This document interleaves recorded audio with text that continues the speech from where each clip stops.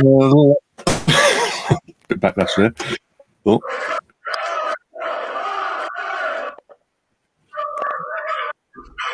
We've got a bit of backlash. That's an interesting start to the podcast this week. Sums up this week, really. Weekend, especially. Fucking hell. Welcome back to this back to this Arsenal podcast. You can tell I'm fucking shit. Oh dear, welcome back to Mr. Arsenal podcast. As you can tell, I'm out of it. Fucking there's something going off, gremlins are in the system. Fuck's sake, how much longer? As you can tell, anyone's listening to this, we're joined by Andrew, Warren, and Steve this week. Where do I want to start this week? Where do we start? I mean, seriously, how much more of this crap have we got to deal with until the board act like a big club? Or the club in general act like a big club. The owners give us shit. I'm actually sick of this now. I'm bored of what we're seeing and what we're having to go through every week. So I'll start with you, Steve. I mean, your thoughts on yesterday, especially. I mean, to a degree, it wasn't unexpected to lose the game, was it? Really, but you know, we obviously lost another player, and the team doesn't look anything like the team that I would imagine Arteta had in mind to start the first two games. Martinelli and Balogun didn't look ready for playing that type of game in the Premier League. But defensively, again, you know, you could have put your house on Lukaku scoring yesterday. You know, and the goal was just so easy, just to switch the play. Tierney was well out of position.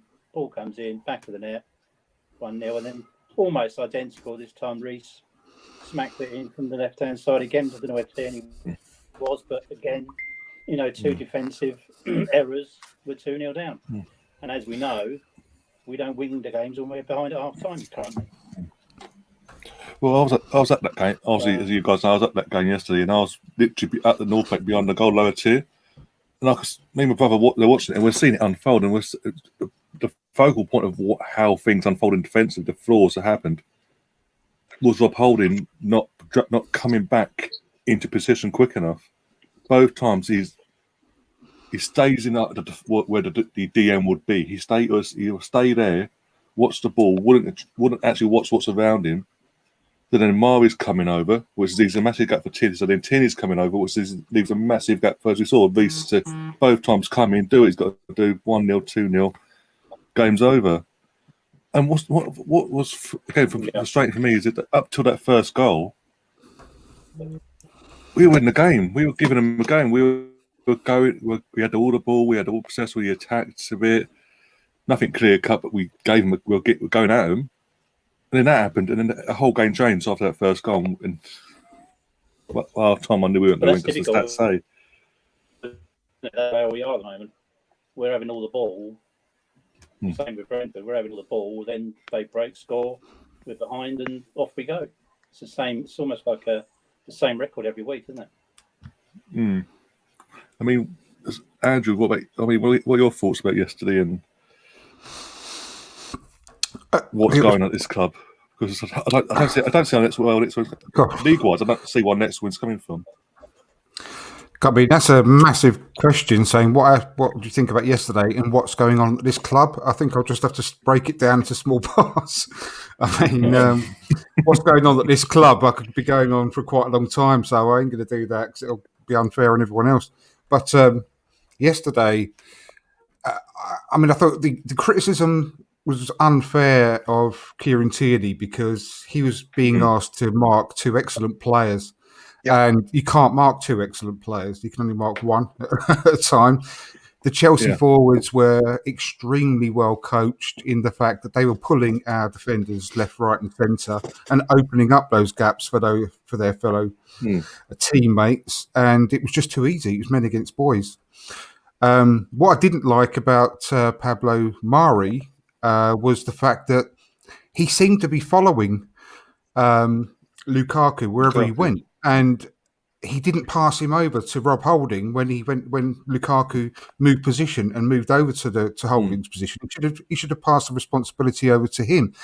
And I think it was a missed opportunity to not have Rob Holding actually man marking Lukaku, because he actually loves and relishes those battles. Rob Holding, that's one of his strengths. He loves going into battle with a really strong forward or a tricky forward, like he's done in many times over the past. We think of Sadio Mane quite recently. He relished a battle with him, and I don't know what, it's gone completely out of my head. The old Chelsea forward who he battled with in the cup final. What's his name? The Brazilian Spanish guy. Diego Costa. Thank you. I don't know where his name went out of my head. He relished a battle against him as well. So I think it would have been a good opportunity to put him against Rob Holding. But what annoyed me was how many times did you see the ball get sent straight from one of the Chelsea midfielders directly into Lukaku's feet? Yeah. Without any of us cutting off those passing lanes. How many times was that? I mean, and then think on the other side, how many times did one of our midfielders have the opportunity to pass it directly into to Gabriel Martinelli, our centre forward? How many times did that happen? I can't remember one. Yeah. And the problem is that they're well coached. They cut off all those passing lanes for the Arsenal players. We didn't get the opportunity of doing that, whereas we just let them do what they want in lots of occasions. And it was very, very frustrating. A lot of it is down to the coaching. A lot of it is down to the players not actually taking responsibility for it on the pitch. Granit Xhaka, as the captain for the day and the supposed leader that he is, didn't do anything. He wasn't instructing any of his players around him to say, look, this isn't working. Yeah. Kieran Tierney, the amount of times Kieran Tierney threw his arms up in the air and ranted at the players alongside him. But no one else was picking that up, and no one else was doing what he was suggesting, maybe. I don't know. But I don't think it helps having Arteta on the side of the pitch consistently barking orders at them and telling them what to do. And he can't seem to spot the glaringly obvious, what us supposed amateurs just watching from the sidelines can spot clear issues. And either he doesn't spot them or he chooses not to actually go and rectify them. I mean, they were ripping us open down our left-hand side with their right side of their attack yesterday, and he did nothing about it at all. And that really, really concerns me, because I'm not judging Arteta on these first two games of the season. I'm judging him over the last 20 months that he's been in charge, and that is a consistent issue with him non-stop. And that is what exactly I hated about the Unai Emery era, is that he did the same thing, and he refused to alter his tactics midway through a game. And that's all sort of, I mean, tactically, that sort of agged me yesterday as in watching it. And half time came along, and Aubameyang, I can't remember who else, was out warming up, doing the warms up straight away. Didn't go down to the dressing room or anything. Straight to warm up. So you're assuming at least one of them's got to come on, tactically make a change, try and get ourselves back in the game. Second half comes along, no subs until the 65th minute, whatever it is, the usual for Arteta is. And by then the game's pretty much gone, because the players that are on there's just given up at that point fully. But I'm just there, I'm like, that's the annoying thing, because it was screaming. We were screaming for some sort of change at half time, any sort of change, something tactically, whatever. Just do something to inspire the rest of these players and help the fans get back in behind them straight away. Because this is another thing that annoyed me was at half time, the boos from the crowd about the situation at full time. Arteta was addressed on that. He pretended the argument never happened. He basically said, "No, but the fans are fantastic. They're on our side the whole way." And I'm just that concerns me as well. It's like he's picking and choosing what he wants to accept is the truth and what isn't. And again, it's what we've mentioned. We're going to probably mention it tonight, but again, we've mentioned it last week in the pre-season and all that. What's going to be his downfall is he's big-headedness, he's arrogance. It's his way or no way. And I don't see where the next league win's coming from. Do you know what? And I'm sorry just a very, very quick point. I would even have actually put El Nini on yesterday, funnily enough. Because he's all we had. A fair to point out, but to actually cut off those passing lanes, to actually help, just shut them down, to stop those balls going in so easily to Lukaku, And then, I'll do something like that. But no, he didn't do. He chose not to do anything about it, and it just continually happened, time after time after time, and it was embarrassing at one point. I mean, Lukaku. Let's face it. I mean that comment there. Of course it did, but I'm telling you now, Lukaku is probably the best forward in the world at the moment. He's going to bully far better players than Pablo Mari this season. I mean, I'm not just going to completely write off, although I don't think I've actually come round to the opinion that he's no more than a fourth choice centre back at Arsenal at best. He's not good enough to be a consistent starter. But yeah, in his defence, far better players are going to get bullied by Lukaku and have done throughout the years. But I think he's actually at peak at the moment, Lukaku. I think he's actually at peak. He's pretty much unplayable. So what you need to do is actually stop the service into him. You can't do much when he's actually got the ball. You can't do much to him. Yeah. He's just too strong, too powerful, too quick, and too lethal. So you have to stop that service into him, and that's what we weren't doing yesterday. Yeah, I mean, Warren, you wanted to come on and get event off. You want to get a few things out in the open. Yeah, I've got a few things to say. A few things to say. It might upset people, mate. I'm going to go along. I mean, there's been some great comments already. The first one, there's three in all. The game, Arsenal fans, and then Arteta. The game, what Andrew was saying, the ball's into Lukaku. I mean, they weren't even in the air. There was nothing cutting out those passing lanes whatsoever. And the one thing Lukaku wants is he wants to feel you right up against him, because he can get his right arm across you or his left arm across you, and he can keep the ball protected on the other side and bring other people into play. And the trouble was, when Mari was going in there, Holding was coming up level with him. Okay, so he's not in the pocket. The first thing you do is, if that player's going to spin, and he spins off him, you've got nobody behind him then to hold the guy up or to go in and make that tackle. And that really annoyed me. And, people blaming Kieran Tierney, absolutely wrong, because Tierney was tracking Havertz into the box and James was going down the outside and Saka wasn't following him at all. Now, I love Saka, but he's got to do a defensive role. When you're up against literally wing backs that are going to bomb forward, and you're playing a flat back four, if the fullback has to come in, then the winger has to go across and close. Your job is the right back as a left winger. That's your job. He doesn't come forward. If he comes forward, you go with him.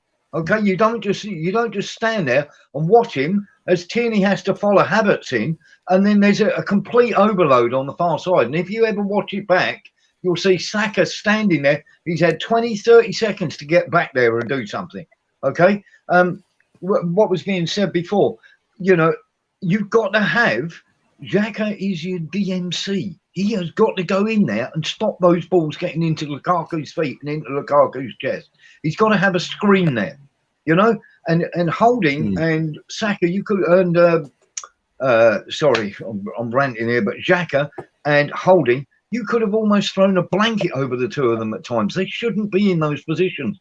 And the width between the two DMCs was unbelievable. You never saw that with the likes of Vieira and Petit. They used to stay within 10 yards of each other and used to make sure that back four was protected. There was no protection for Mari. Of course he was going to get rinsed, because Lukaku, as Andrew was saying, is probably at the peak of his game at the moment. Those two games at Inter, those 2 years at Inter did him the world of good up against top-class defenders. So that's the match. I thought we lost it in tactically how Arteta set up, and the fact that literally we didn't have anybody tracking back into those areas when we were getting overloaded down the side. And our balls, when we had the chance to play into Martinelli, we were lumping it into areas where Martinelli had to run 35 yards. Lukaku didn't have to run any more than 5 yards each time he moved to get the ball.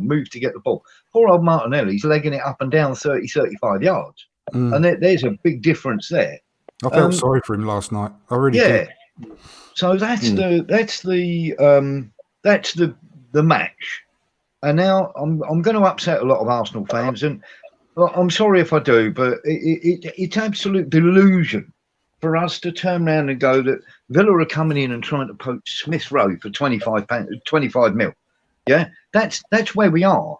We've got mid to upper table clubs coming in and trying to poach our players. Yeah, and then we spent 28 million on Ramsdale, 50 million on White, and everybody's going, "Oh, great signing, great signing." These are relegation battle players that we're buying, and people go, "Oh," and I'm not saying they might not be good players, but the prices we're paying are ridiculous. And then you hear people go, "Oh, but it's English prices." I'll give you an analogy here, right? So you've got two pieces of steak. Brian's got English steak. It's substandard. It's been dropped on the ground a few times, but it's 10 quid. Neil's got a beautiful piece of steak from France that's 7 quid. You know what I mean? The analogy that, that's the English prices. Just don't fucking pay them. Simple as that. You're paying 50 million for a 20 million defender. You're paying 28 million for probably a 14 million pound goalkeeper, which is absolutely crazy. And the last thing I'm going to say there on it is Arteta is absolutely clueless. I mean, we've got young lads at this club, and they're being hauled over the coals and being asked to do men's job when we should be buying really good players. And it stems from the top down, where they don't want to spend the money. The recruitment is absolutely appalling. Odegaard's a fine player, but we bought 2 or 3 players that you can't. I honestly can't see that things are going to improve massively over the next 2 seasons. I really can't, and we're going to keep this guy. We've got young lads. We're relying on Saka, Smith Rowe, Balogun, Martinelli. These are people who should be learning their trade coming off the bench when we've got really, really good top class players. They're coming on for and trying to affect games and learning off them. These kids are being asked to do it on their own, because we buy such shite. We wasted 51 million last year? 51 million we wasted on David Luiz and Willian in wages. Could we not have bought a decent player for that? Somebody really, really good. Sorry, guys, but it's just how I feel. It's horrible to see. And I honestly believe that if we lose to West Brom, we'll then probably lose. I can only see us beating Norwich at the moment. If that. I really can. No, I'm going tomorrow. I'm going to the match. Sorry, not tomorrow. On Wednesday. I'm going on Wednesday, and I'm telling you now, if they're only 2 positions below us in the football pyramid, and they're flying at the moment. They're playing really, really well. Good football. And if we lose to them, he needs to go after that match. Yeah, he does. We've only got two bits of silverware to play for this season, and that's it. Yeah. There's absolutely no reason this season that he should not put out a full strength side in every single game, because we've got a maximum of 45 to 50 games all season. That's if we go far in both cup competitions. So I'm not having him messing about going weak for the cups and then all that. He's got to go full out, and it's his job on the line, and he should realise that. But I don't believe that he does realise that. I don't think he's got any pressure on him whatsoever, and it has to be. Is his job on the line though? Really? No, but this is it. It should be. It's got to be. It should be. If we go out on Wednesday, why wouldn't you? Why wouldn't you? I know what you're saying, but I'm just saying there doesn't appear to be any mood in the club that this is last. No, you're right, Steve. That's the problem, and that's the problem. He doesn't. I bet he doesn't feel any You're not going to invest pressure. £29 million in players and then get rid of the manager after 3 games. It just ain't going to happen. I know. But it's been going a lot longer than that, boys, hasn't it? Absolutely. It's been going on a lot longer than that. How many of us, Steve, have actually turned around and gone before the end of the season, went, please don't have Arteta there at the start of the season because it'll be a disaster. And we saw this coming. We knew exactly what was going to happen. It was never going to change. Did you see the heads after the second goal went in? Nobody was, we might have come out and showed a bit of spirit in the second half. I don't see the mood of the club has ever indicated that he's under any sort of pressure. No, I agree with you there. I agree with you there. I'm talking about the players. The players. I don't know if you got their second goal went in. They were just that's just for the game. I don't know if you guys. Sorry, go on. Yeah, so I don't know if you guys. I don't know if you guys have seen online go around doing the rounds in the last few hours. There's someone filmed someone else in the box level next to where the directors are Edu and Frankie was sitting. And he was kicking off. He basically had enough. He got up. He went out. He noticed Eddie was there, so he called out to him. He's looked over, looked like he's looked over to him, looked back to the game, and then he called him again. He said, "Look," basically pointed out like, "Are you basically serious? Like, this is what we've got to put up with because you guys can't be asked." And then he says, "Listen to him rant," and then look back to the game. His wife, I'm assuming his wife, waiting till the guy turned his back, walked up the stairs, or went out. As soon as he'd gone, stuck the finger up at him, gave him the bird. Oh. Like, I mean, that's grown up, isn't it? And then people going, so you got, okay, and then you got part of the fan base going, well, hang on, yeah, should have done that because his kids are there, might be in there, this, that, and the other. What? And I get that side of it, but the guy wasn't abusive. He wasn't going, oh, you effing this, you da. He just called his name and said, hey, are we actually paying good money for this? Because again, we're not even in Europe anymore, and the tickets and prices have actually come down. And I think the prices are exact same. We're the most expensive. Still, we've got nothing to throw through it, but we're the most expensive team to go and watch match day. And I'll tell you what else is annoying. I'll tell you what else is annoying about that, mate. Is we are shopping in Burton's and we're paying Savile Row prices for players. Yeah, there's been a bit of good news. You're right. Yeah, Chelsea spent 90 million on one player, and we've spent 129 million on 5 or 6 or whatever it is. Yeah. Can I make one first team, fourth squad? We'd have seen a different game yesterday, wouldn't we? Yep. Can I make a point about the amount of money we've spent and what you said earlier, Steve, which I totally respect that. You said they're not going to spend this amount of money and then sack him, even probably before the end of the transfer window. Are these players? This is a question. I'm not just saying this is. It's just a feeling I've got. Are all these players that have been brought in? If you look at all of their ages, etc., and where they are in their career, are they actually been bought for Arteta, or are they bought for the future under any coach because they're so young?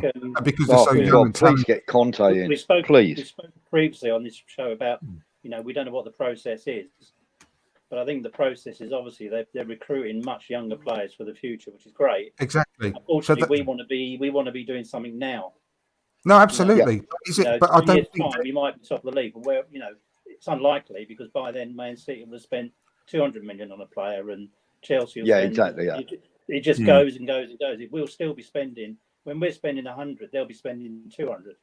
Oh no! The point I'm trying to make is: would it stop them from sacking Arteta after spending all this money because of the players that they brought in? I don't think so, because I think this is for building for a long period, like we just said, and I totally agree.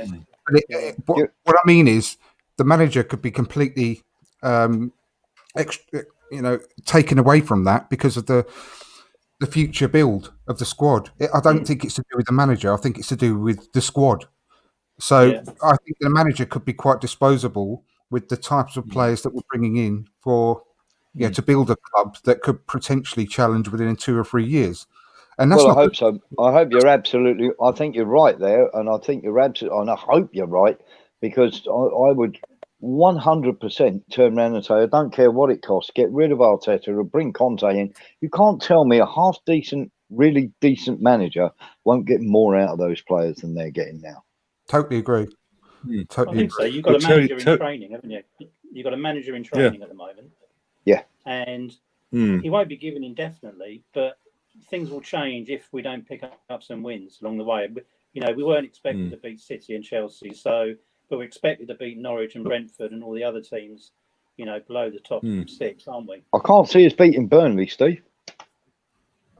Well, exactly. I mean, but we should be, though, shouldn't we? We should be beating Burnley. Yeah, exactly. That Burnley should be. We should be beating the Burnleys 3-0, shouldn't we? We should be doing to them. So that's Terry makes a good point in chat. After you've played still 10 games and you're bottom half of the league, you're not showing any signs of improvement. You can't let it go on indefinitely, can you?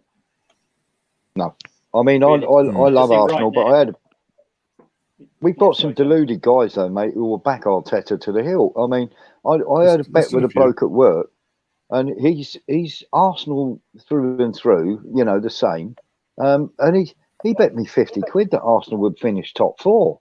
I was almost embarrassed to be taking the money off it. There's no chance we were going to finish top 4. You know, we'd be lucky to finish top 7. We really will on the showing that I've seen so far, because there's no difference between the way we played against Brentford to the way we played against Chelsea. Chelsea just made us look more ordinary. If we'd have started both games with our first choice 11, would we picked up points? No. If Gabriel and White had played, Partey, Partey. The one difference might have been Partey out of the lot. Yeah. And Yeah, Gabriel. we would I have think. picked up points, wouldn't we? I'm not saying we would have won the game, not by any long shot, but because I think Chelsea were in third gear and could have moved up. Exactly. Yeah, but they're best in Europe, aren't they? They're best in We Europe. could have made a bigger We could have made them. But they took off their foot off the gas second half. Yeah, Steve, the Malays isn't the players. The Malays isn't the players. There are some decent players there. The Malays is the manager. Yeah. The Malays is a manager who doesn't inspire them. He pisses off the youth players who, we had here's the thinking. Now somebody tell me this. We had 6 centre backs at the club at one point. We had Luiz, we had Mavropanos, we had Saliba, we had Holding, we have Chambers, we have Mari, we have Gabriel, and he went and bought another centre back for 50 million. and sent two out on loan. Please, if they're no good, and obviously get shot of them and use the money to buy somebody decent. Can you imagine what Brendan Rodgers would do with all these younger players? He would relish the opportunity of working with these younger players. He improves players. He doesn't need a load of money. I wrote an article about this yesterday, and I firmly believe that people say I'm mad thinking that he would come to us. I'm not mad. I genuinely he would come to us. We are a world force in football, believe it or not. Still, even though what's going on the pitch, we are a massive club across the world. His ego. I think he'd love the chance to turn it round. I was about to say his ego, yeah. And he would want to be the one that finally succeeded Arsene Wenger, because that's where the way he works. He left Liverpool and went to Celtic to rebuild his reputation. He came back to he left Celtic to come back to the Premier League with Leicester in order to eventually use that as a stepping stone to get another top for a 6 bigger club. Yeah, absolutely. Yeah, he would no doubt come to Arsenal, and I tell you what, he doesn't demand a load of money from the club. He works with players that he's got. He's astute in the transfer market. He improves younger players. Can you imagine the way he would like to play with all the quality young players that we've got, including Saliba? Do you think he would have sent Saliba out on loan? No, would he? Hell, no. Exactly. He is the guy we need to go and get. You can't tell me Saliba was that bad that he couldn't have got into that back four. No, exactly. Yeah. You see, that's the other thing you're saying there, Steve, and you make an excellent point. No, 6 centre backs. Are you telling me that Ben White coming in is the best of those 6 centre backs? Without a doubt, that he walks in ahead of everybody else. I don't think he does. I mean, I don't really know a ton about Ben White, but people were saying that he plays in the back 3 because he needs 2 other defenders around him. Yeah, we don't play like that, so automatically he's exposed, isn't it? Yeah. First game, I mean, they just put their tallest striker. I can't remember his name. Was it that young lad? I can't remember his name. But anyway, they put him on Ben White, and Ben White never got near the ball. Ivan Toney. He's only 5'10". He's 5'10" or 11. He's under 6 foot. He looked taller on the TV anyway. But made him look stupid, didn't he? Yeah. Are we honestly saying that we paid that money for Saliba and Ben White? So what did we pay for Saliba? 25? More than that, I think. 28. Yeah. All right, 28. Are we saying that? So Ben White for 50 million, is he twice the player Saliba is? It doesn't work like that, though. It's because, I mean, I'm not backing Arteta or anything when I'm saying this. I genuinely think Ben White will be a good signing, first and foremost. But the money is completely irrelevant in the transfer market. Brighton didn't have to sell him. They didn't want to sell him. But they would have to accept an offer that was as big as that. And they pushed us. They pushed us, and we paid it. But It doesn't mean that Ben White is worth 50 million quid because we paid 50 million quid. We're stuck with Ben White now, and to be fair, long term, I'm actually quite happy about him because I think he will be a very, very good player. But Saliba under Rodgers, we wouldn't have even gone near Ben White if Rodgers was our manager last summer. That's my point.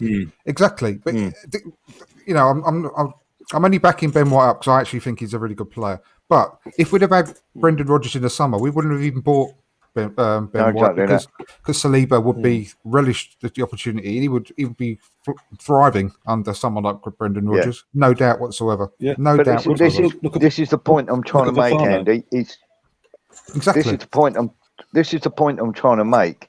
Is we're shopping in bargain basement clubs for their good young players. Yeah, your Brightons, your Aaron Ramsdale for 28 million. You can't tell me that there aren't really. I mean, we're crying out for a really good midfielder, someone like a Camavinga or someone like that, who we could have spent that money on and kept the centre backs that we've got and played them. And this is what I'm trying to say is, honestly, whether Ben White turns out, I'm not sure whether he will. You're sure that he will, and that's fine. Differing opinions are great. I'm not sure he will, but I do like him. Yeah. But one thing I think we can all agree on is it won't matter who we buy as long as this guy stays manager of our football club. Exactly. Yeah, that's the problem. It.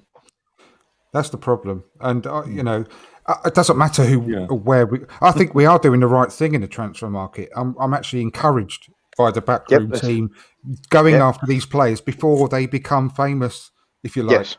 Before they hit stratospheric levels where we can't afford them. But they're not going to learn anything off of this clown. No, that's the problem. I think that whoever we bring in, we're still going to play the same brand of football, and we're going to make the same mistakes.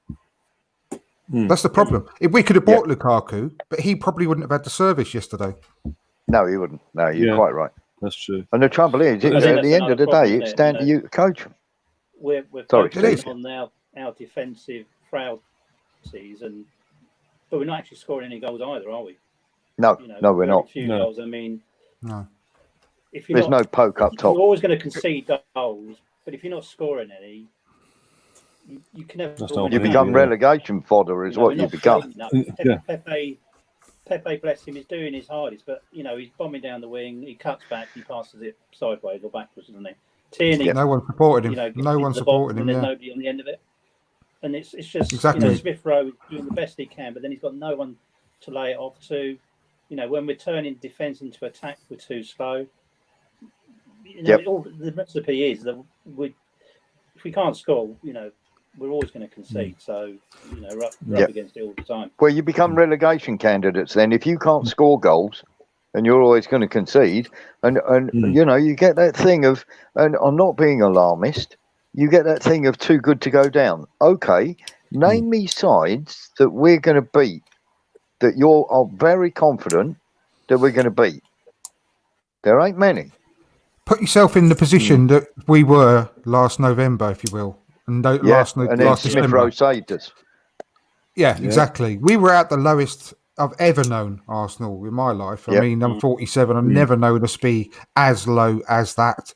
But we still had a rally and came back and played better. The fact that I don't want to talk about relegation. I know that there's that old saying, "You're never too good to go down." But I'm not worried about relegation. What I'm worried about is watching boring, turgid football. I just can't stand watching Savile Row prices again. And this is another thing. I mean, Terry, before we get into what I was going to add on to that, is Terry makes a good point. The good thing about the youth project is it could produce a team to challenge the best. Going forward in a couple of years or whatever. The downside is you're absolutely right. You're right there, Ryan. But do you know the thing you did? And bless you, you paid Savile Row prices to watch CNA football. You know what I mean? We're not just paying Savile Row prices for players. The fans are paying Savile Row prices. Yeah, and we're getting cheated. Yeah. I mean, again, we don't want this podcast to be a complete dig at Arteta because we're all big enough and smart enough and wise enough to know that Arteta isn't the only problem at this club. As a manager, there's an issue there. Because coach, manager, what you want to call it, Massive. That's his job. He's meant to do what is. It's a results business. He has to get results. He's not getting the results, so we have to criticise him. Do you know what I blame the board for, Ryan? Do you know what I really, really blame the board for? Lack of experience. And this again, they brought him in.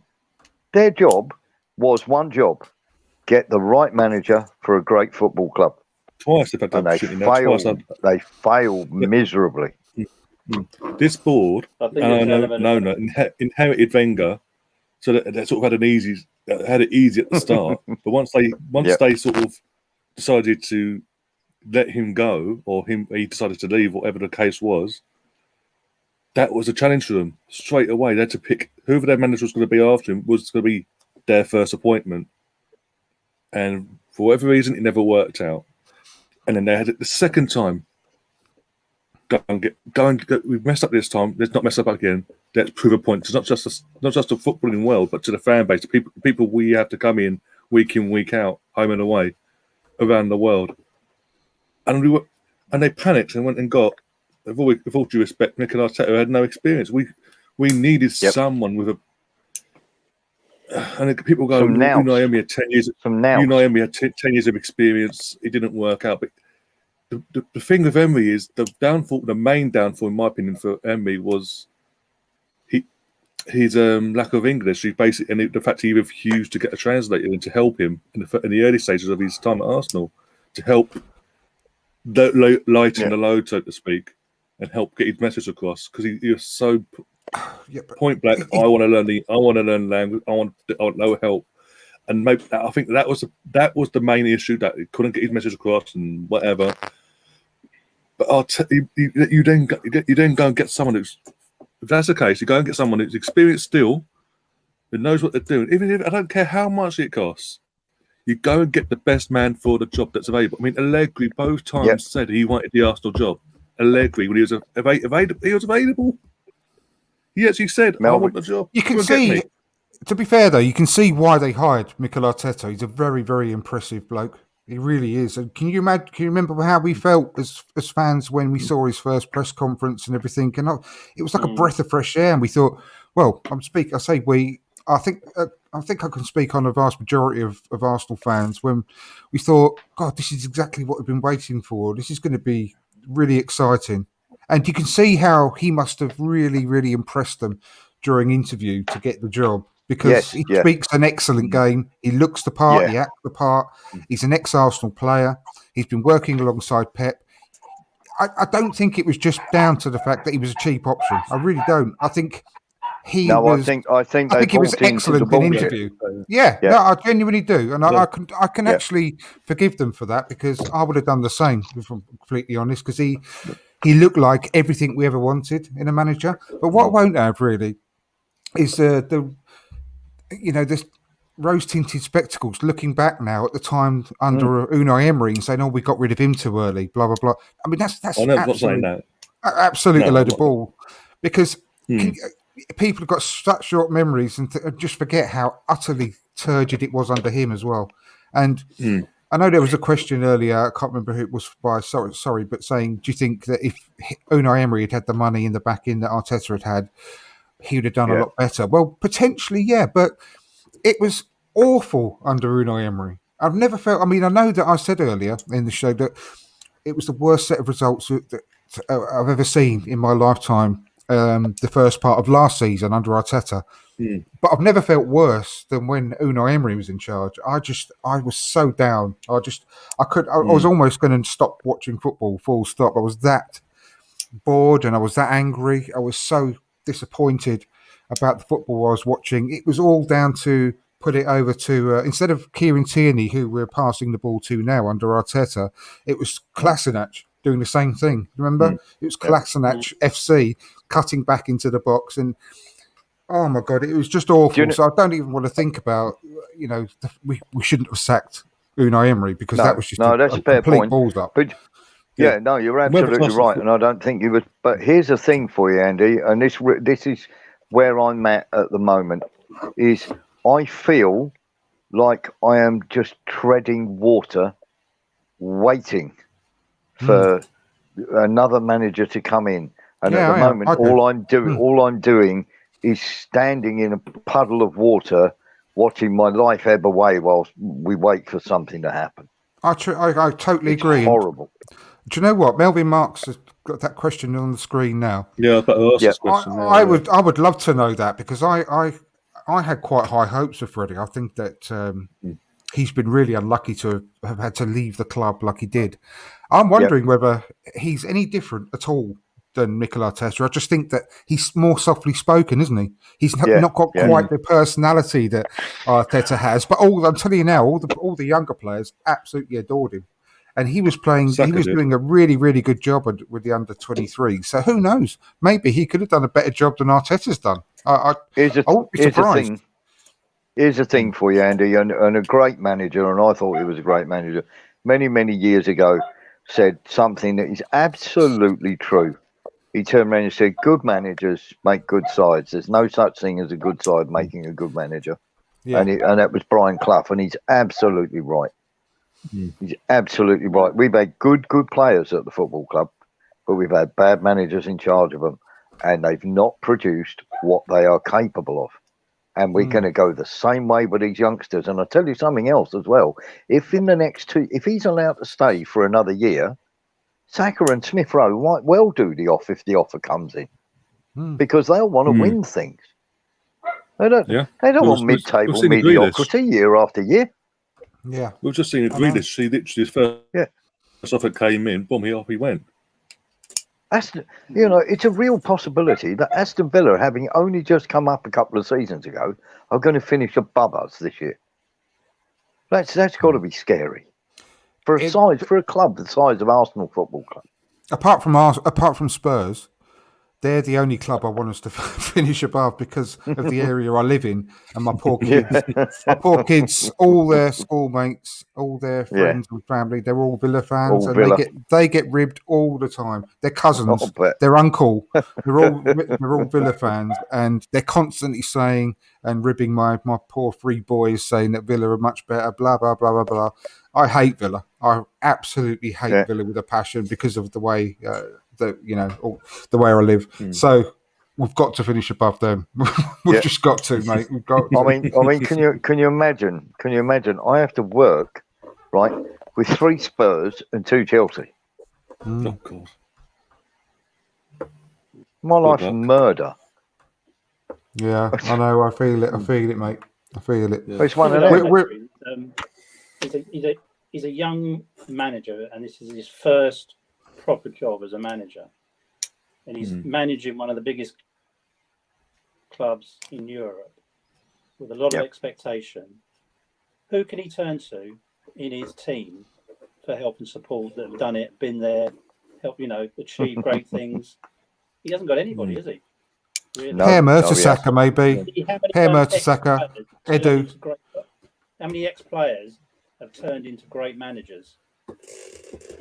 Not many. There's a lot more that haven't. All the top managers maybe have average professional careers, but nothing to write home about. I mean, Solskjaer probably slightly different, but Klopp and even before him, other managers. Jose Mourinho, Arsene Wenger. Yeah, Arsene Wenger. Mikel Arteta was a middle of the road player. Let's face it, he wasn't. He was never an Arsenal great. But he was an Everton legend rather than an Arsenal great. Yeah, true. But I mean, he learned his craft under Pep, but only as an assistant. He's never actually managed at any reasonable level, has he? And here we are. I think it's more relevant though, Steve, to say how many good coaches become good managers. I mean, you remember how many good number 2s that Sir Alex had who left and tried to become good managers. Every single one of them failed. Every single one of them. Yeah. Brian Kidd, the Phelans. When Wenger left, if you compare that slightly to United, what happened when Ferguson left? Moyes came in, it all went horribly wrong, and since then, they had a succession of managers. So we're only on manager number 2, or 3 if you count Lundberg. We're only on the 3rd edition. Before we might get the right one, and they've spent about £1 billion or something as well, haven't they? So they throw money at it. I mean, no, we've not exactly spent a small amount, but they go after the finished article rather than the younger, promising player. You know, we're right at the beginning of that journey now with these young players. Yeah. You know, and they're gonna have to give him a crack at it. And if he doesn't change, then that's only going to end one way, isn't it? And the worrying thing is, we're probably going to see hardly anything of Balogun now, because it's the way that Arteta is. He'll just cast him aside because he is seen as a failure. Yeah. And can you remember when Partey comes back? Who's going to drop out the midfield? It's not going to be. It's not going to be Granit Xhaka. Put it that way. No. Well, so the one bright spark, Lokonga, the one good player, the one good player yesterday, he's going to be the one to miss out, not Xhaka. Xhaka's never going to get left out whenever he's fit. No. And again, that's another. You mentioned it earlier about Granit about his gameplay in general, his lack of leadership. Because the thing that pisses me off is that we get by the club and people within the club and this, that, and the media. Oh, the young players love Granit. He's a great leader. This, that, and the other on the training. We never see it on the fucking pitch. Not once in the 5 years he's been here have I seen him anywhere near what I see of him, what we saw in Switzerland and Euros or Washington Gladbach and things like that. Yeah. In an Arsenal shot, I've never seen it. It pisses me off. Everyone bends over and goes, "Okay, no problem." No, Tierney dug Xhaka out in the first half. Xhaka just turned his back on him and ignored him. Yeah, but after when the second the first goal went in, Granit with the armband, by the way, which is still pissing me off. His head went. He kept every time he got the ball, he was giving it away constantly. Bit of a tempo, slow the game down. He's got a new contract. Okay, it hasn't been announced, but we know it's coming. It's just going to be a deadline day. By the way, guys, look, nice shiny new contract for him. Yeah. The guy, you talk about again. The Arteta. Sorry.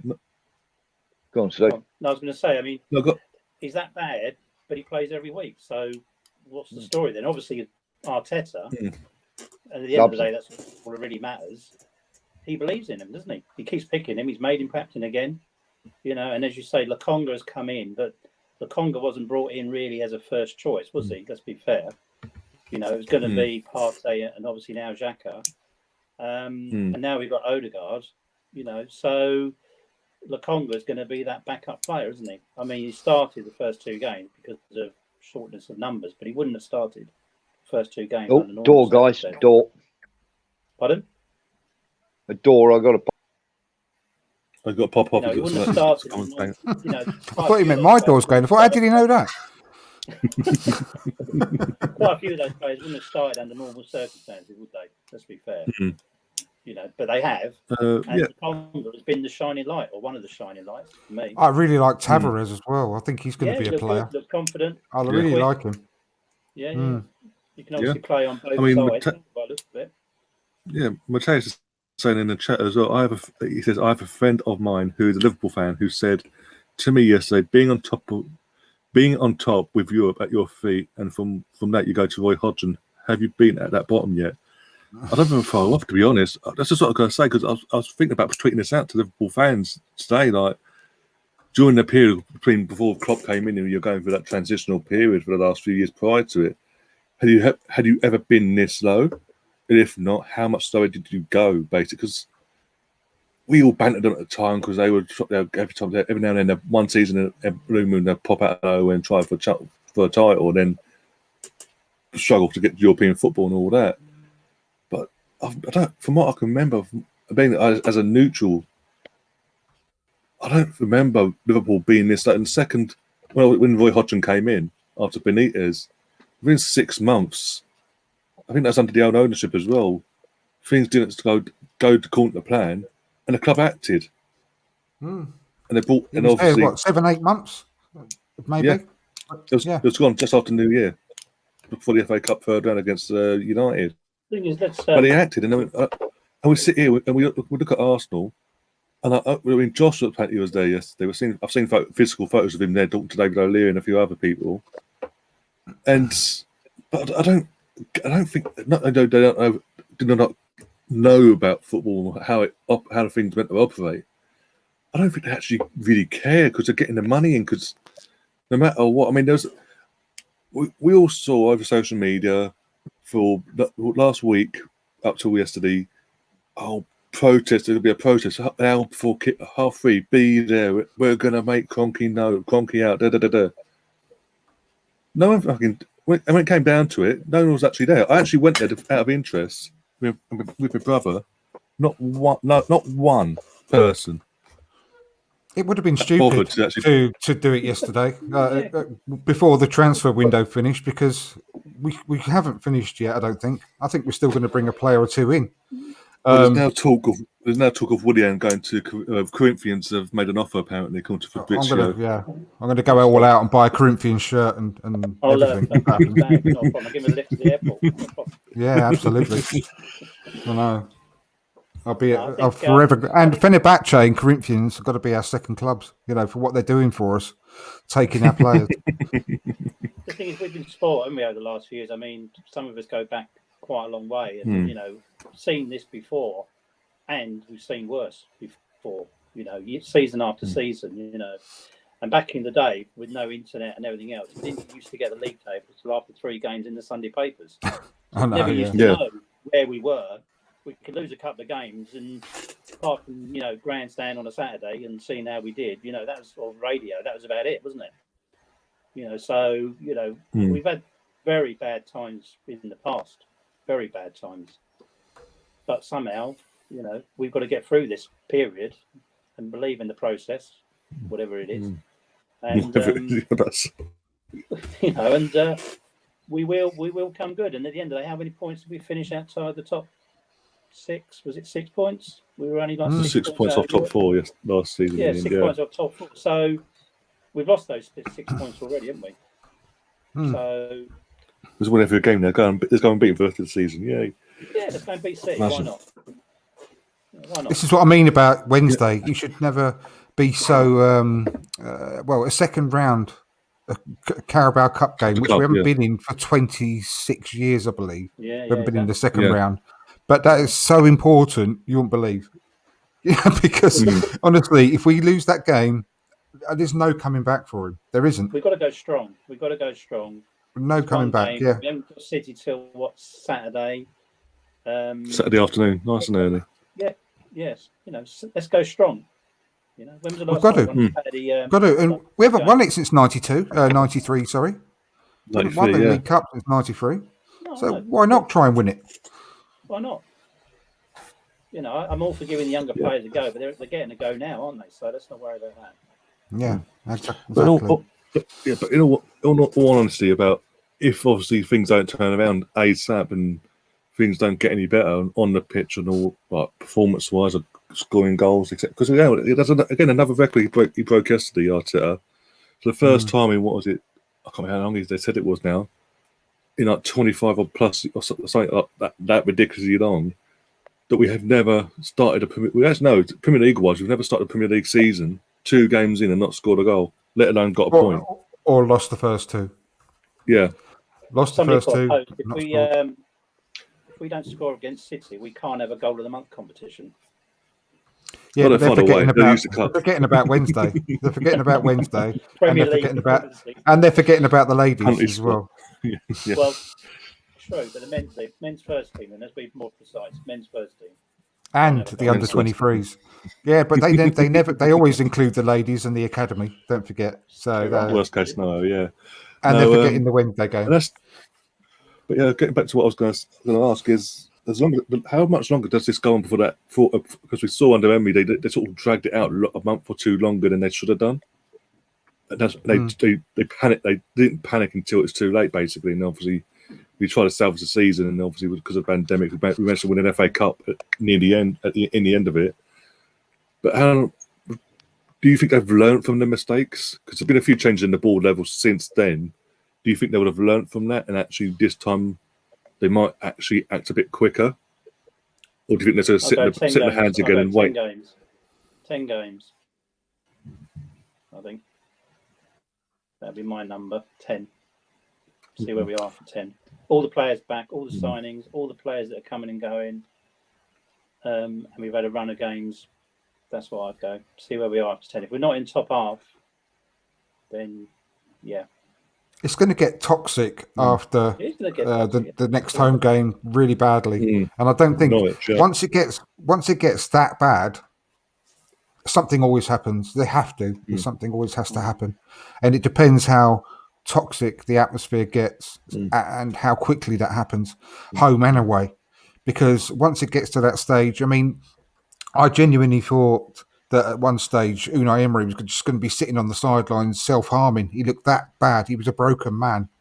He just looked like a dead man walking for weeks, and you just can't get to that stage anymore. The weirdest thing I've ever seen at a football ground in all of my life was when Lacazette scored that injury time winner, equaliser against Southampton, and the whole ground was silent, and no one celebrated in the ground or on the pitch. Do you remember? Yeah. Unai Emery's last season. Yeah. That was the weirdest thing I've ever seen in a football match ever, and it just. And he didn't celebrate as a manager. He didn't even move off his seat. Remember? Because in his earlier tenure, he was like Arteta. He was always shouting orders from the sidelines, doing my head in. Let alone what the players must have been thinking on the pitch. He was non-stop. And then the last 2-3 months, maybe, he just sat on his bench and didn't do anything. He looked miserable. And it's just... What is the point in keeping a manager when it's like that? What is the point? None of the players are getting anything out of him. He's completely lost the dressing room. They're not listening to him in training.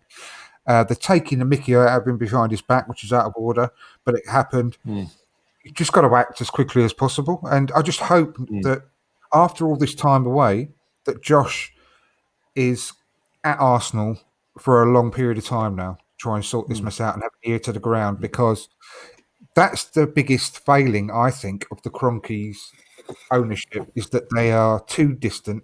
They don't listen to what the fans are thinking. They don't have their ears and eyes on the ground at the club to see what's actually going on. And they just let the people that they hire get on with things. And they need to be there to actually ask questions, to see what's going on, and to realise what the fans and the mood around the club is actually like. Because that is one thing you can't do via Zoom.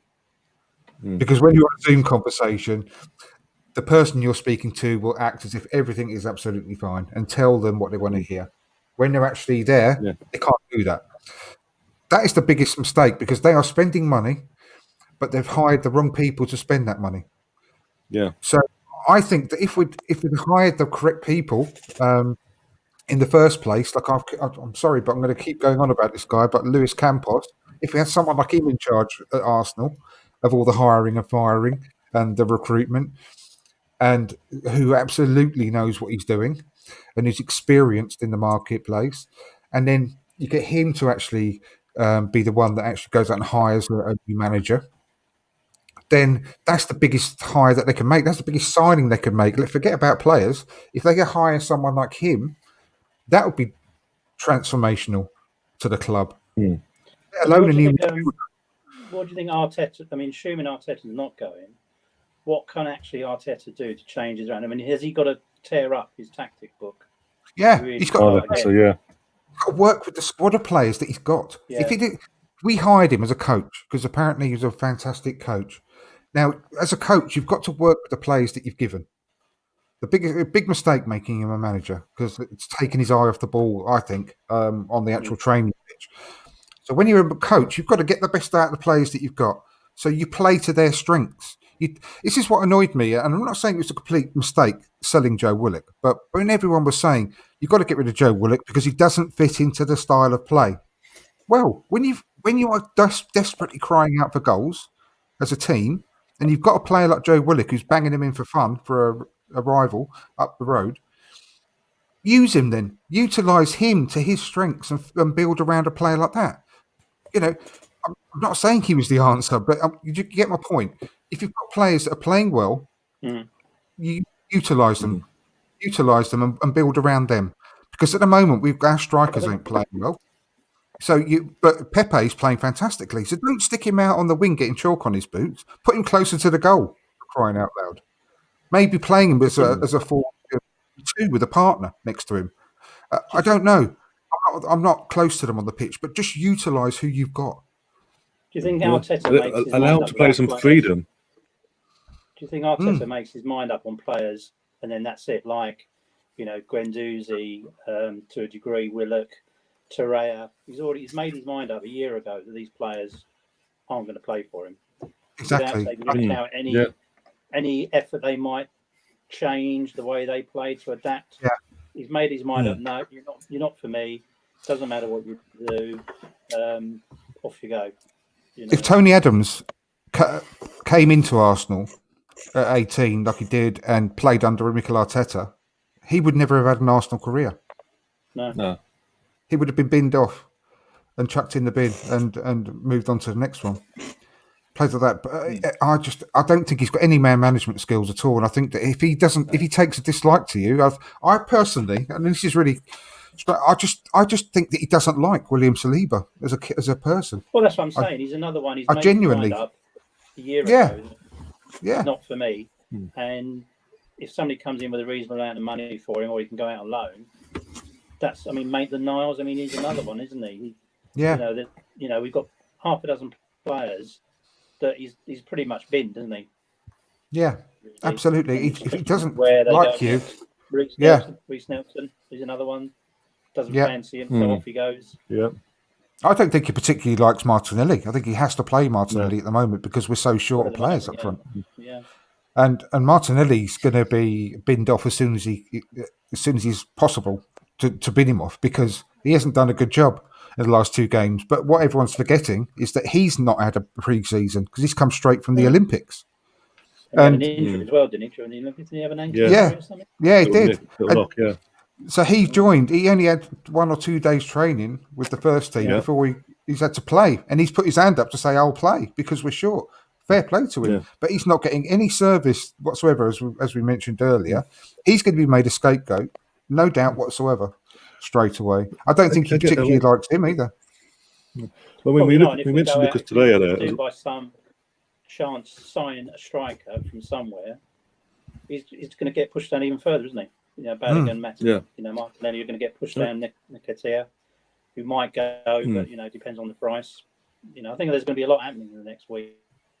Oh yeah, it's going to be busy. I think I really hope that Nketiah, for his own career, does go to Palace under Vieira. I think it'll be a great move for him, to be honest.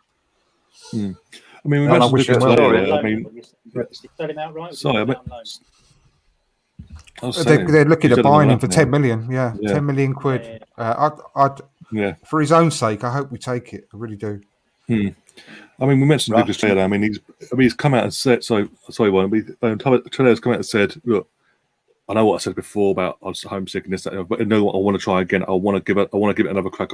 He's shown willingness to want to put aside the homesickness and things like that, and what's happened previously in the last year with his mum passing away and all that.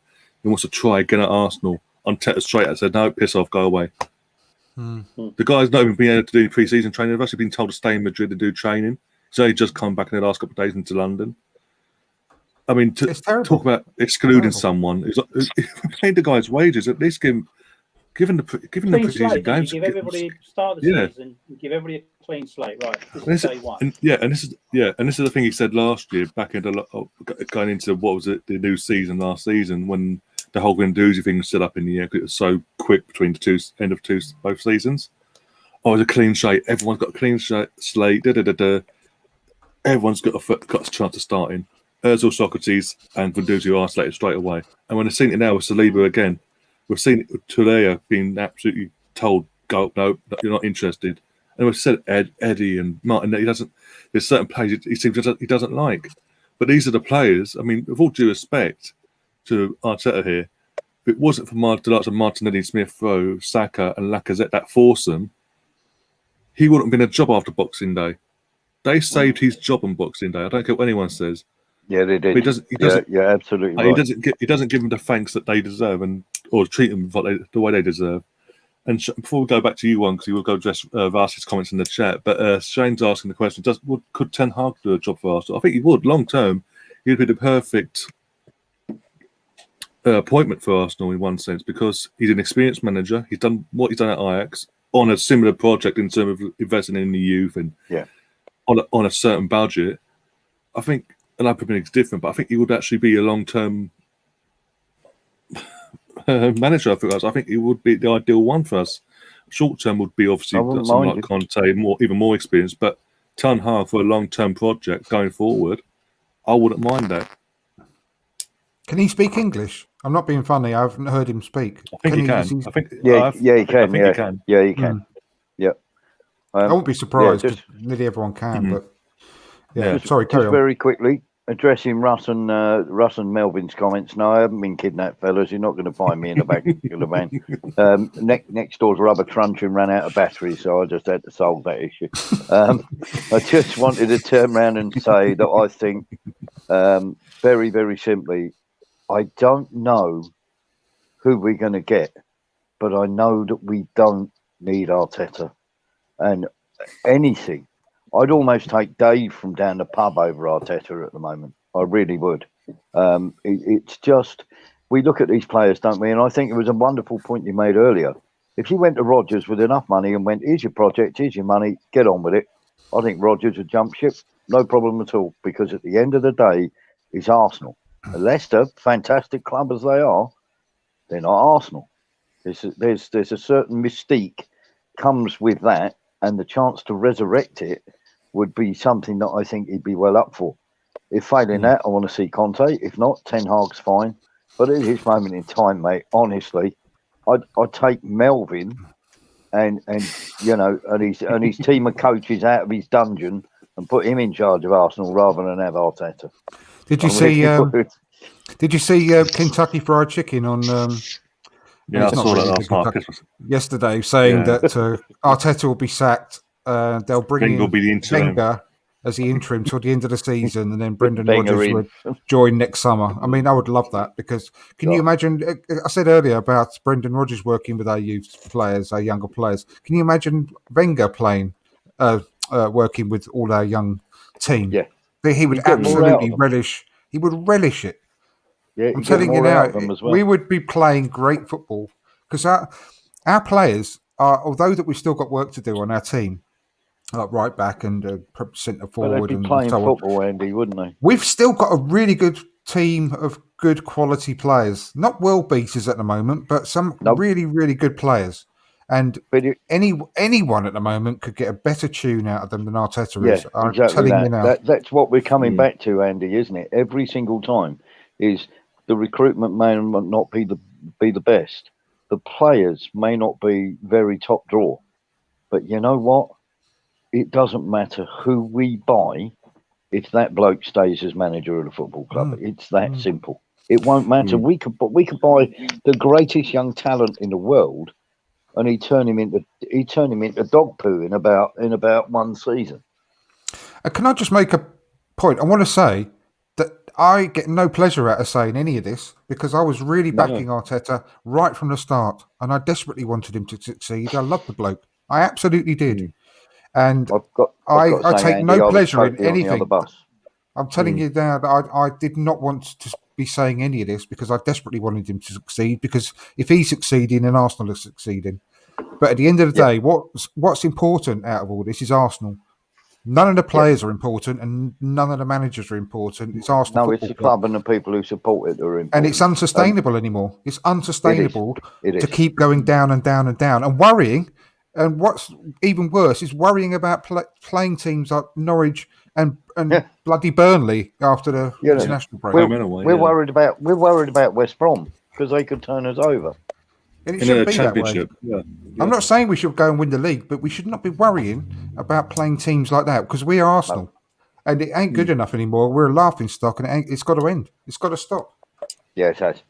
It has. And I don't think there's anything, or, I was on the other bus there, mate. I wanted it to succeed with Arteta. I thought it was a terrible appointment at the time, and I said so at the time. And I've always maintained, as obviously as Russ would turn around and, in the comments and go, give him time sometimes when I was having a go, and Ryan will tell you, I have consistently turned around and said, under this manager, with no chance of finishing top four. Now, he won an FA Cup, which got him into 2 or 3 games. And yes, it took a while for people to work him out. But now he's been worked out. He's got one way of playing, but he changes the system, but he doesn't change the actual way he transitions the ball forward. He's possession based, and we don't keep hold of it long enough to worry anyone. And when they do get the ball off us, they're in on us. And honestly, I tell you what I think we are at the moment, even more so, is we are just a soft touch. There's no steel, there's no backbone. There's, you've got Tierney, who's would make 100 times better captain, 100 times better than Xhaka. I mean, we've got a leader on the pitch in Xhaka who is no good. We've got a manager who's no good. Where do you go from there? You've got to change something because it ain't working at the moment. I think the only thing I'm going to say is, again, that it's only game 2. We've not played anywhere near our first 11. Last season, from Christmas on, I think we were top 5, weren't we? Top 6 for the second half of the season. Yeah, but the season is played over 38 games. 7-8 losing game run we had pre-Christmas, and we'd have won the last 5 games of last season with the old set of players. We've now got a new set of players who haven't actually played, so I'm prepared to give them the benefit of the doubt as we sit here right now. But it ain't going to be long if we don't start. Yeah, but Steve, getting results. There's a stat going around. Game season. He's had, what is it, 60? Is it 60 games he's had in charge? And he's lost 20. 60. He's lost 20. Yeah. Absolutely, yeah. In all comps. It's just not good enough. We've got to accept that. We can't keep making. We cannot keep. We can't keep making excuses for him anymore. We can't do that. But it's a question you've got to give. He's gone about his business to sign a set of players. He's got COVID. He's got injuries. You just got to give him the benefit of the doubt for a few games at least. That's my opinion. I might be wrong. Hands up. Liverpool last season, they literally had half of their first team out injured, didn't they? Yeah, absolutely. Literally, including all of their defenders. They had youth players and central midfielders as their defense last season. They did. Yeah, but they were scoring and they goals, still pulled it. They still pulled it all together. Yeah, but they still did it. Strikers were scoring goals. We didn't have strikers who were scoring goals. See, whilst I commend you, I really do, Steve, and it's not being awful at all. I commend your loyalty to giving him a bit more time. But at the end of last season, we saw, you could see what Arteta's lack of game plan is. His terrible substitutions, his reliance on, his reliance on players who were losing us games of football. His insistence on playing out from the back, where we conceded, 50 odd goals, but 27 of them came from playing out from the back. How long do you keep going with something that's not working? And it's clearly not working. We didn't play out from the back against Chelsea. No. Often anyway. And we had, can you say about Liverpool? We didn't have the ball long enough, Steve. And Steve, you said about Liverpool was still scoring goals. They still had strikers that were scoring goals, and we didn't. But whose fault's that? We've got 100 million quid's worth of strikers, and none of them was. Neither of them were scoring goals. We weren't creating anything for them, were we? We were not creating anything for our strikers, and that goes back to what I'm saying before about playing to our strengths. Why are we crossing the ball into someone that doesn't stand there? Well, we haven't got anyone to cross the ball into. But his Aubameyang and Lacazette, not headers and natural headers of the ball. His tactics are to cross the ball in incessantly, but we haven't got a striker to actually nod those balls in. Steve, I love what you said there when you said we don't have a striker to put the ball in the back of the net, but we went and spent 78 million on a goalkeeper and a defender. Well, yeah. We spent over 100 million on our 2 strikers, though, wasn't it? I know, mate, but Steve was saying we don't have anybody to put the ball in the net, and he was right. Yeah, but then you cannot defend going and spending 78 million on a goalkeeper and a centre back when we had 6 at the club already. But there's no way we were going to buy Harry Kane or Lukaku, was there? No, but there's some good young. There's some good young, really tip-top forwards in other leagues, mate. There's a striker in Celtic at the moment in Scotland. We could do a job for us, I think. We should have got the one that Leicester got. Leicester again, great recruitment. Patson Daka, he's going to be a great striker. Yeah. I mean, there were plenty on show in the Euros, and Malin, Bawadu. There's some great young strikers out there, but we're not. We're just, as I say, we're shopping in Aldi, aren't we? I mean, we're not even. I'm not saying we're shopping. We'd be shopping in Waitrose, but at least Tesco's or Asda, but not Aldi. And like I said, I've got no issue with the recruitment, though, Warren. I really haven't, because I'm not concerned about where we're getting them from. I like the fact we're getting them before they become too expensive for us to get. I love the Tavares signing. I love the Lokonga signing. I like Lokonga a lot. They're the sort of strike. As I said before, we should be getting. And you're wonderfully correct on that with Lokonga and people like that. Odegaard, what a steal! What a brilliant signing! Odegaard's great, and that's exactly it, isn't it? Yeah. So why are we buying Ben White 50 million? But wouldn't Arteta have had a sales pitch to these players? His dream, his vision, and they bought into that, haven't they? They've come on board. Yeah, because he's a charming man. In mid-table, and yet they've come on board. Odegaard, he could have sat back in Madrid. Odegaard needs first team football if he wants to remain, or if he wants to remain the captain. He's been told that. Yeah, absolutely. But he could have got that elsewhere, couldn't he? But he decided he wanted to come to us. Yeah. He's a brilliant player. I'm really excited about that signing. Yeah, absolutely. Really am. Absolutely. Yeah. Odegaard's stats are brilliant. The vision, and they bought into him. They bought into his vision. Yep. All of them have. All of them have. He's been put down as a key figure by all the players as to why they've either re-signed or signed for us in the first place. Because that's how he's got the job. It must be, because he must be a very, very charming man, very intelligent man, and a very good interviewer. Yeah, he must be. He must be, because to be honest, let's face it. This is the lovely thing: is he may be a very charming man. Tell you what, sack Edu, put Arteta in charge of recruitment so he can talk these players into it, and let's get a manager in. You know what I mean? I'm not being funny.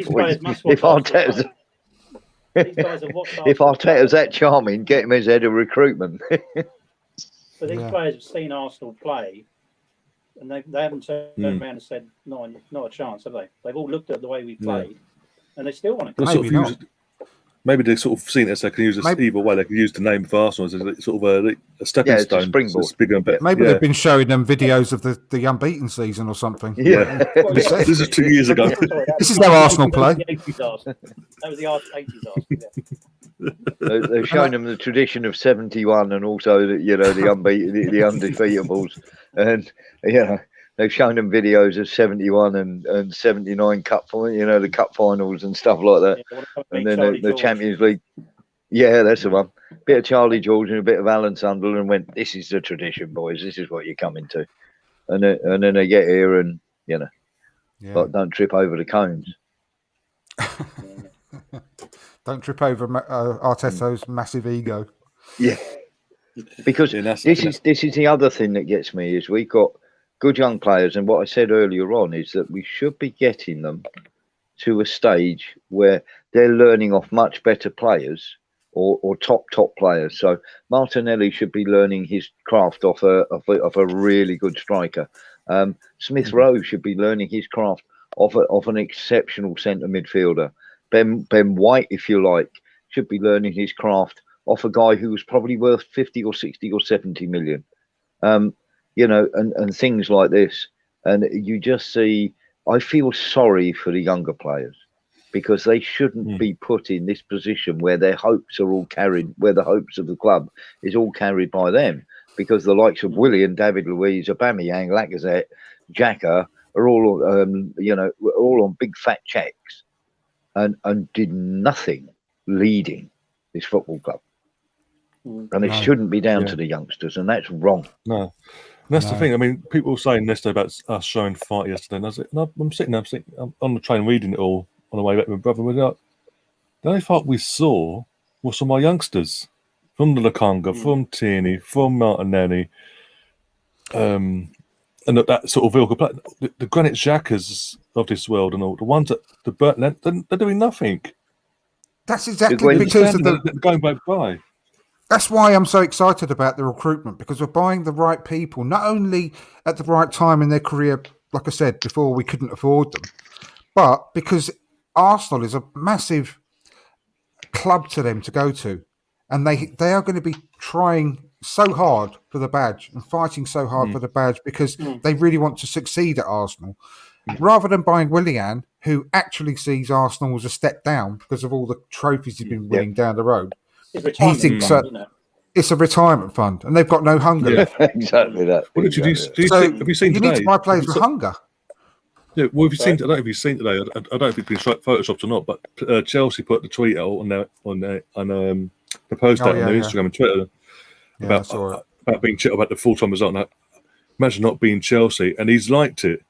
Apparently, Yeah, I bet it wasn't Photoshop. I mean, thankfully. but in your, this is what I'm saying. I don't know if it is or not. Just in case people come in the comment box later and go, "It was photoshopped. It was photoshopped." Da, da, da, da.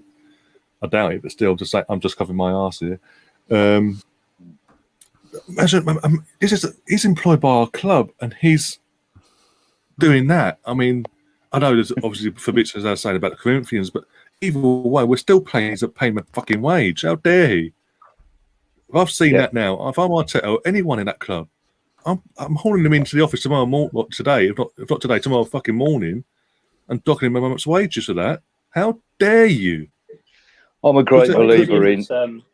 I think William was signed as a bit of a stopgap, because I think the plan with signing younger players, he doesn't fit into that category any way, shape, or form, does he? No. But I think he was brought in. He was meant to be that experienced player to help.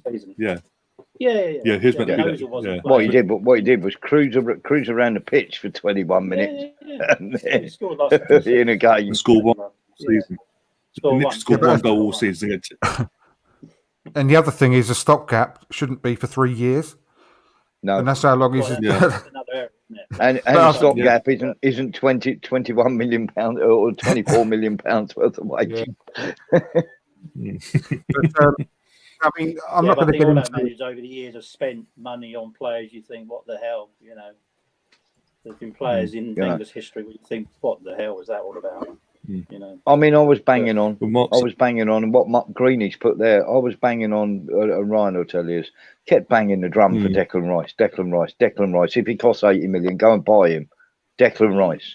Because again, there's a player who would leave West Ham because it's Arsenal. Declan Rice, and I'm going like this. And you see him in the Euros, and I thought he was magnificent. And when they took him off against Italy, I thought the whole game changed because Verratti just got all the time in the world on the ball then. But Declan Rice for me was exactly the sort of centre midfielder or defensive midfielder I want to see. He was, even when he's in an England shirt or a West Ham shirt, he's bossing players all over the pitch. Give it there, give it here, but pass it over there. Now give it to me. And that's what I want to see. I don't want to see a Granit Xhaka throwing. I still haven't forgiven him for chucking all his toys out the pram. And you just see him, and if he can't stop someone, he's not mobile. If he can't stop someone legally, he'll end up getting sent off, and he'll get a ball away he'll give away 3 or 4 games a year by doing something absolutely dull. And what does he give you going forward? Absolutely sweet Fanny Adam. Why are we giving this guy a new contract? What the fuck is going on?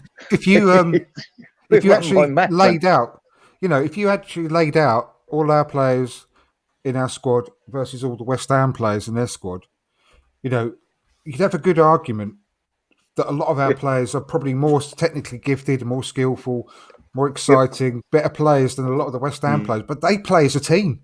They know exactly what they're doing. Yeah. They're really frightening going forward at the moment. Yeah. Look at us on Sunday. Look at us on Sunday. We're absolutely clueless.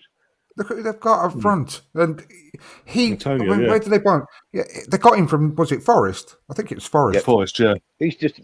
He's what, 30, 31 now. But I'll tell you what, they're utilising him. This is what I'm on about earlier. They're utilising him to his strengths, and they are building around him, and he is frightening. I'll tell you now. I would have taken him to the Euros as a bit of a last 20-minute thing in case we were losing for England. I actually mentioned that.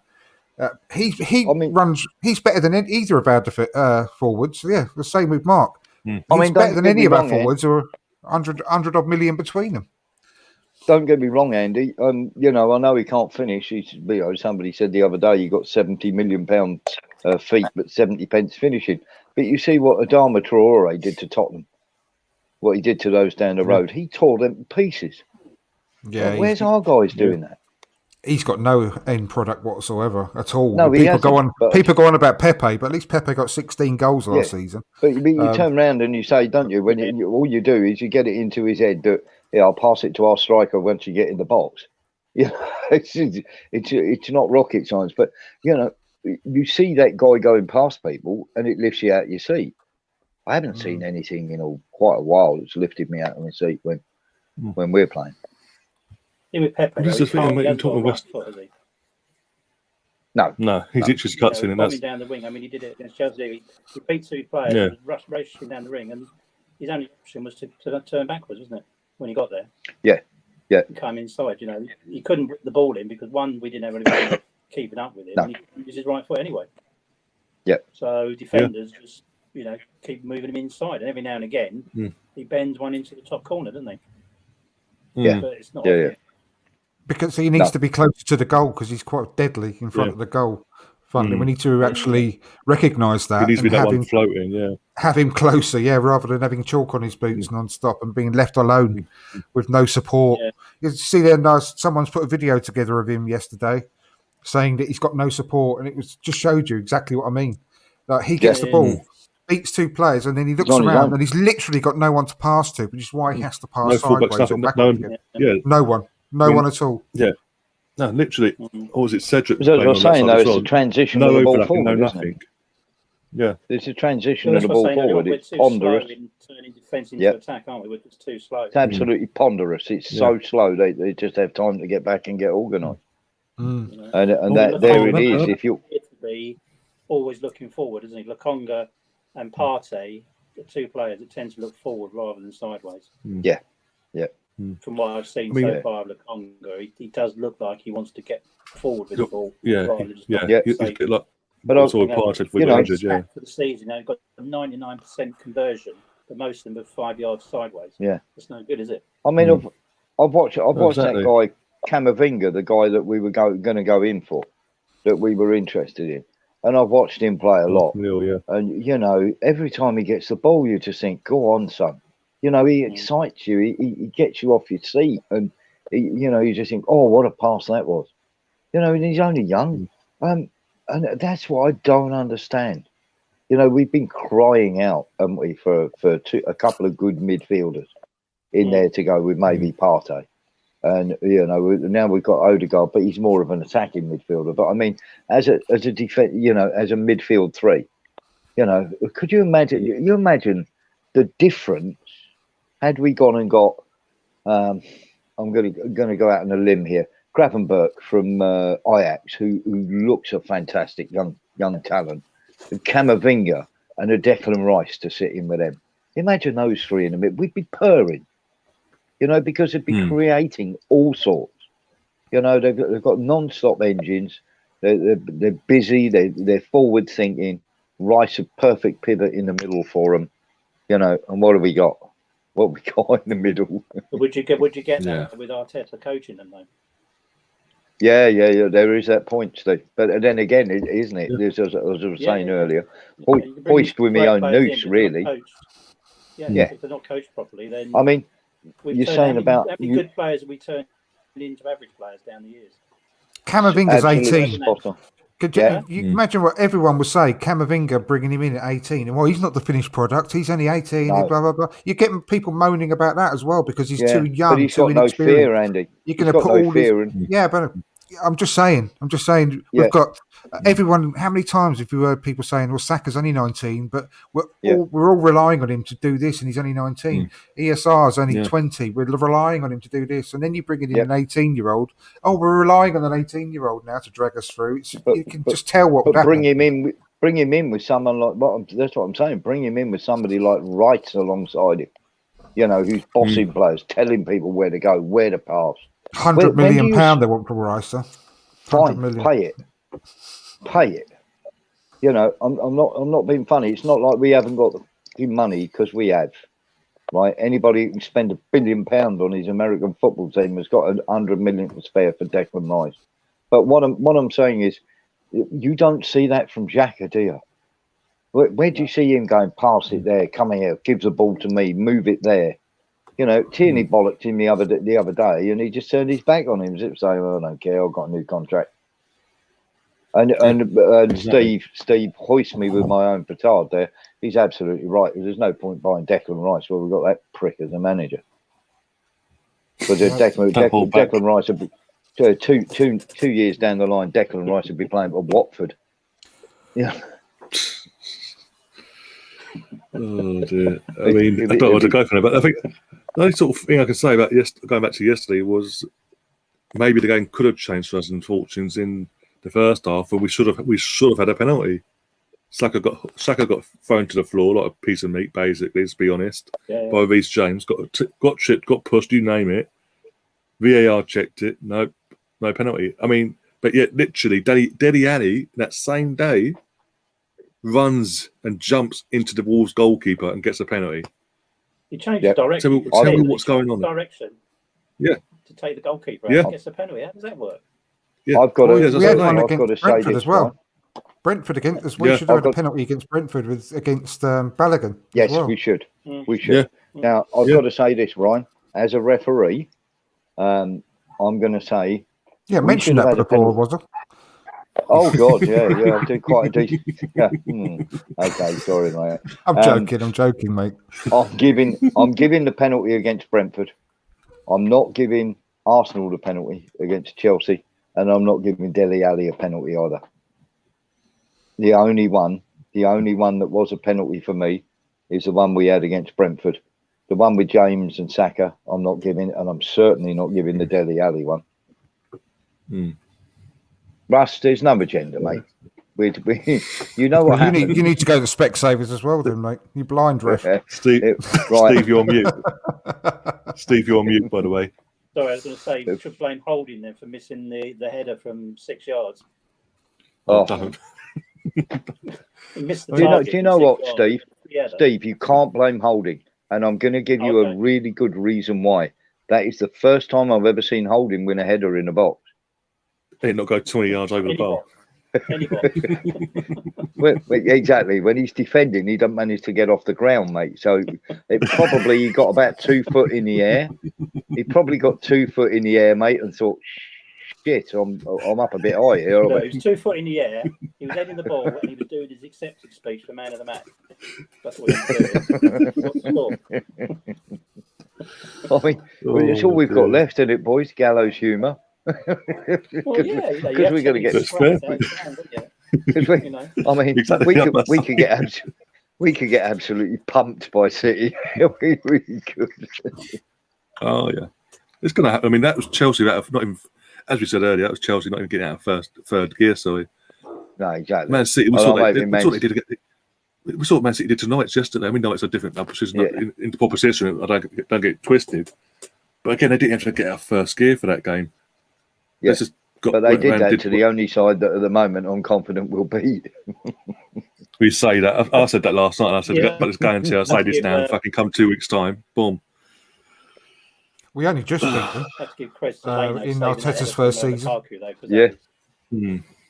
that header from Lukaku that Leno somehow got a hand to onto the bar. I mean, what a save! That was but too late. But it was a good save. Yeah, all over, isn't it? You can do that. Unbelievable save. Yeah. Again, I've said to my brother and I've said to others as well. My only criticism of Leno as a goalkeeper, it's a fantastic shot to stop. He makes these fantastic saves. It is his distribution. If it's playing out from the back with his feet or holding on to the ball too long, when we're trying to attack, he holds on too long. He takes too long. Full stop. And they were there, literally 2-0 down, 50th minute of the second half, and he runs up the edge of the box and stops and waits for like 10 seconds to wait everyone to get back, including the opposition, to get back in position and go, okay, there you go. Now you can have the ball. Ryan, I just need to chew Russ. He should have cut out that cross to Lukaku. He had enough time because 60,000 people knew where that ball was going to go. And he didn't anticipate the ball coming across the box. Ryan, I just need to chew Russ out for a second. Russ, I'm not covering for my mates. Let's give you the law here. The law states, in the opinion of the referee. So very, very simply, whilst you might have your opinion and it's valid in the pub and at night time with your missus and down the road with your mates, the referee makes a decision on the field in his opinion. Sorry, bud, but your opinion's absolutely worthless. And VAR aren't turning it over, are they? Is that their ruling? Yeah, no, they're not. No, that's the one thing VAR is being used badly for. Because when the referee makes a mistake in the Prem and they're not elite because of the howlers they keep making, they're covering for them because they're not pulling them up on it, and they should be. It's a great system, VAR, but it's being used appallingly to protect referees. Steve literally just took the words out of my mouth. Literally, exactly what I was going to say. Leno is a jacker of goalkeepers. Not quick enough. Not quick enough mentally, and that's exactly right. Exactly right. He stutters. He just takes too long to make those decisions, which that is what affects his distribution. And he puts his defenders or his midfielders under real pressure to take a ball in really tight spaces. And that's the big problem with Leno, is that he doesn't think quickly enough. And that's exactly what I was thinking before Steve stole my thunder there in the chat. Sorry, Exactly right, mate. Sorry, you know what to do, Andy. You know what to do, mate. We've got to take these players who are not shaping up. We've got to stick them in Melbourne's dungeon for a couple of weeks. That'll sort them out. I'm going to read part of this coming out, Terry. I can only read part of it because otherwise I'll get me in trouble. For the audio listeners, you have to come over to the channel and find out what I mean. But Terry says, we have tried this youth project twice before and it's failed. The rest I'm not going to say. You'll get me in a lot of trouble. Terry, that's shocking, mate. But I get where you're coming from. Yeah, but I mean, before we talk back, go on. Yeah, before we talk back and things. I was going to say, I'm going to just really try quickly clear something up in the chat, because who was it? Just going to go back forward as well. Hang on a second. Leon Chordo is just talking about Odegaard. I really want to quickly just sort of say something there, and it was also going back to Hayler's comment saying, can anyone tell me why Arsenal was so bad the first half of last season and why they were so good the second half of the season? And because they're both linked. And Smith Rowe's major part of it, but also Odegaard. And the reason why I said Odegaard is so important to us and exactly what we need. He's like going to be the oil in the engine, really, with regards to the midfield. He is what we desperately need to link the midfield and the attack. He's not there to score loads of goals and actually make loads of assists. No. He's always going to be the one that's like doing the pre-assist, if you like, to put it into the front three. And that's why it's so important to link those two parts of the pitch. And the fact that he's an incredible leader on the pitch as well. He's got no issue ordering people about, regardless of what their name is on the back of their shirt. It doesn't matter to him. He's like the one that's organising everything and telling everyone where to go. And that's what we desperately miss. That's why he's so important. And that's why he will make an instant impact. But also that we were so good in the second part of last season because of that help that he gave us, as well as Smith Rowe coming into the team and linking up so well. And that's why it's so stupid that the old players who are making livings as pundits and saying that him coming in is going to affect Smith Rowe is absolutely ridiculous, because they actually work together really, really well. One last point, sorry, Warren, is that don't bloody judge Odegaard on 4 months with us last season. 4 months he's had with us. He had to integrate within the team, and for half of that 4 months as well, he was bloody injured. He went out on international duty, rolled his ankle, and he was never the same again afterwards. So don't judge him on those 4 months. But within those 4 months, we did still see the difference he can make in knitting our team together. And we're so reliant on attacking from the left. He actually, by him coming in, allows us to attack through the middle as well. By getting when Thomas Partey's fit, and now we've got the Conga, they will be able to link up extremely well to actually being able to open up the other areas of the pitch for us, so that we're not constantly tacking down the left. So that is why he is exactly what we need. We're not bringing him in just to make goals and assists. It's everything else that he can offer and his leadership. And I'll just get off my soapbox now. There you go, Andy. I've got a thing for you. I've got a thing for you. Let's leave Xhaka on the bench. Let's have Partey and Lukonga in the as the DMCs, and let's play. Try this on for size. Smith Rowe, Odegaard, Saka as the three in behind Pepe up front.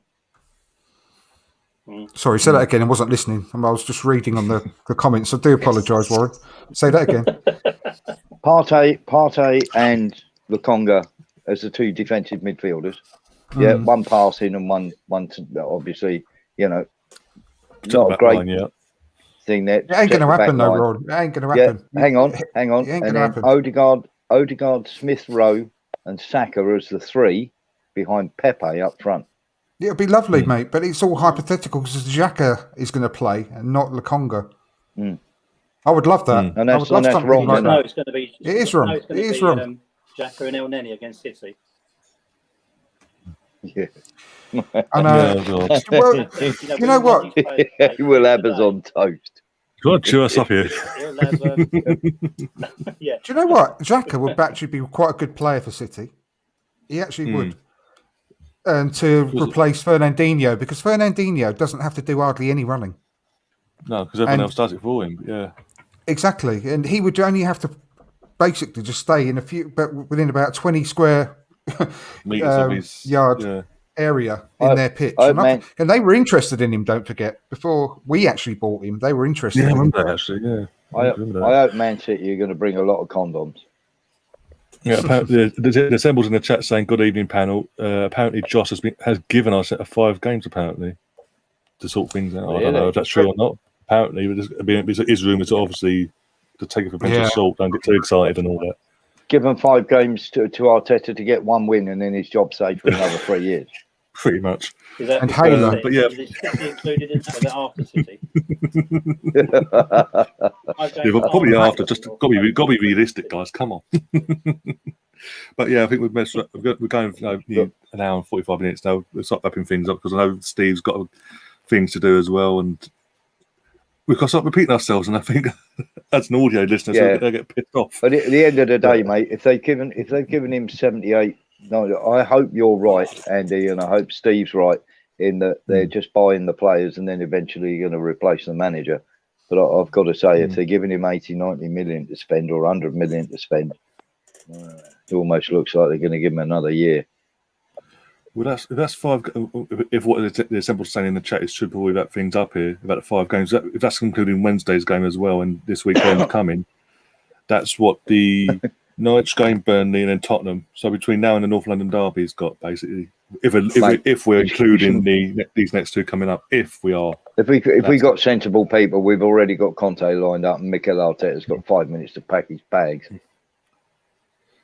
Yeah, I mean, there's been a red card in the West Ham game as well. I'll take it with a massive pinch. Yeah, that's what I'm saying. Depending on where the rumours come from, though. Depending on where it's come from. Goes, where does Arteta go next? No one will touch him. He'll go back to being a coach. He'll go back to being a coach. Probably back at Man City. Probably back at Man City. Yeah, he'd go to Man City because Guardiola will need somebody to iron his jumpers and put the cones out. But yeah, guys, we're going to stop wrapping things up. Steve, where can people find you on your socials and all that? And obviously, we're back during the week for the next podcast. Steve1886 on Twitter. That's where I'm most of the time. Talking rubbish. Well, you say that. I think you talk a lot of sense compared to most of the idiots. When we give him chance to. At least he doesn't jump into a car and rant like Lee Gunner used to do back in the day. Every time we lose a game, if you know, you know. Somebody did that on Sunday, didn't they? Somebody did on our that's what we're referring to. Oh yeah. I saw that. It's screaming like a banshee, wasn't he? Yeah, every time he loses, this person does the exact same thing, the exact same wording, at the exact same time, second minute, everything. It's like a script, and it's Andrew's mentioned it earlier about the last couple of hours. I'm fed up. I get fed up with people complaining about this person because you shouldn't give. Why are you giving them the attention? Because you'll retweet. Yeah, exactly. Don't give him any oxygen. You're quick retweeting his clip. you're giving him what he wants, so he's gonna keep coming back and back and back. I'll just say, Steve, it's been an absolute pleasure podcasting with you for the first time. Yes, I hope it's not the last time, mate. You've been excellent. Just go if you need to go. Just go. Don't have to wait for us to wrap up. Steve, once again, I reiterate that it's been great. Yeah. No, not long. No one wants their missus going after them. So just go. I want to watch the game tomorrow. Oh dear. Oh yeah, bloody hell. See you later. Take care. See you. Take care, Steve. I knew that he was getting. Dear. Yeah, I saw that as well. That's why I tried to speed things up a bit. But yeah.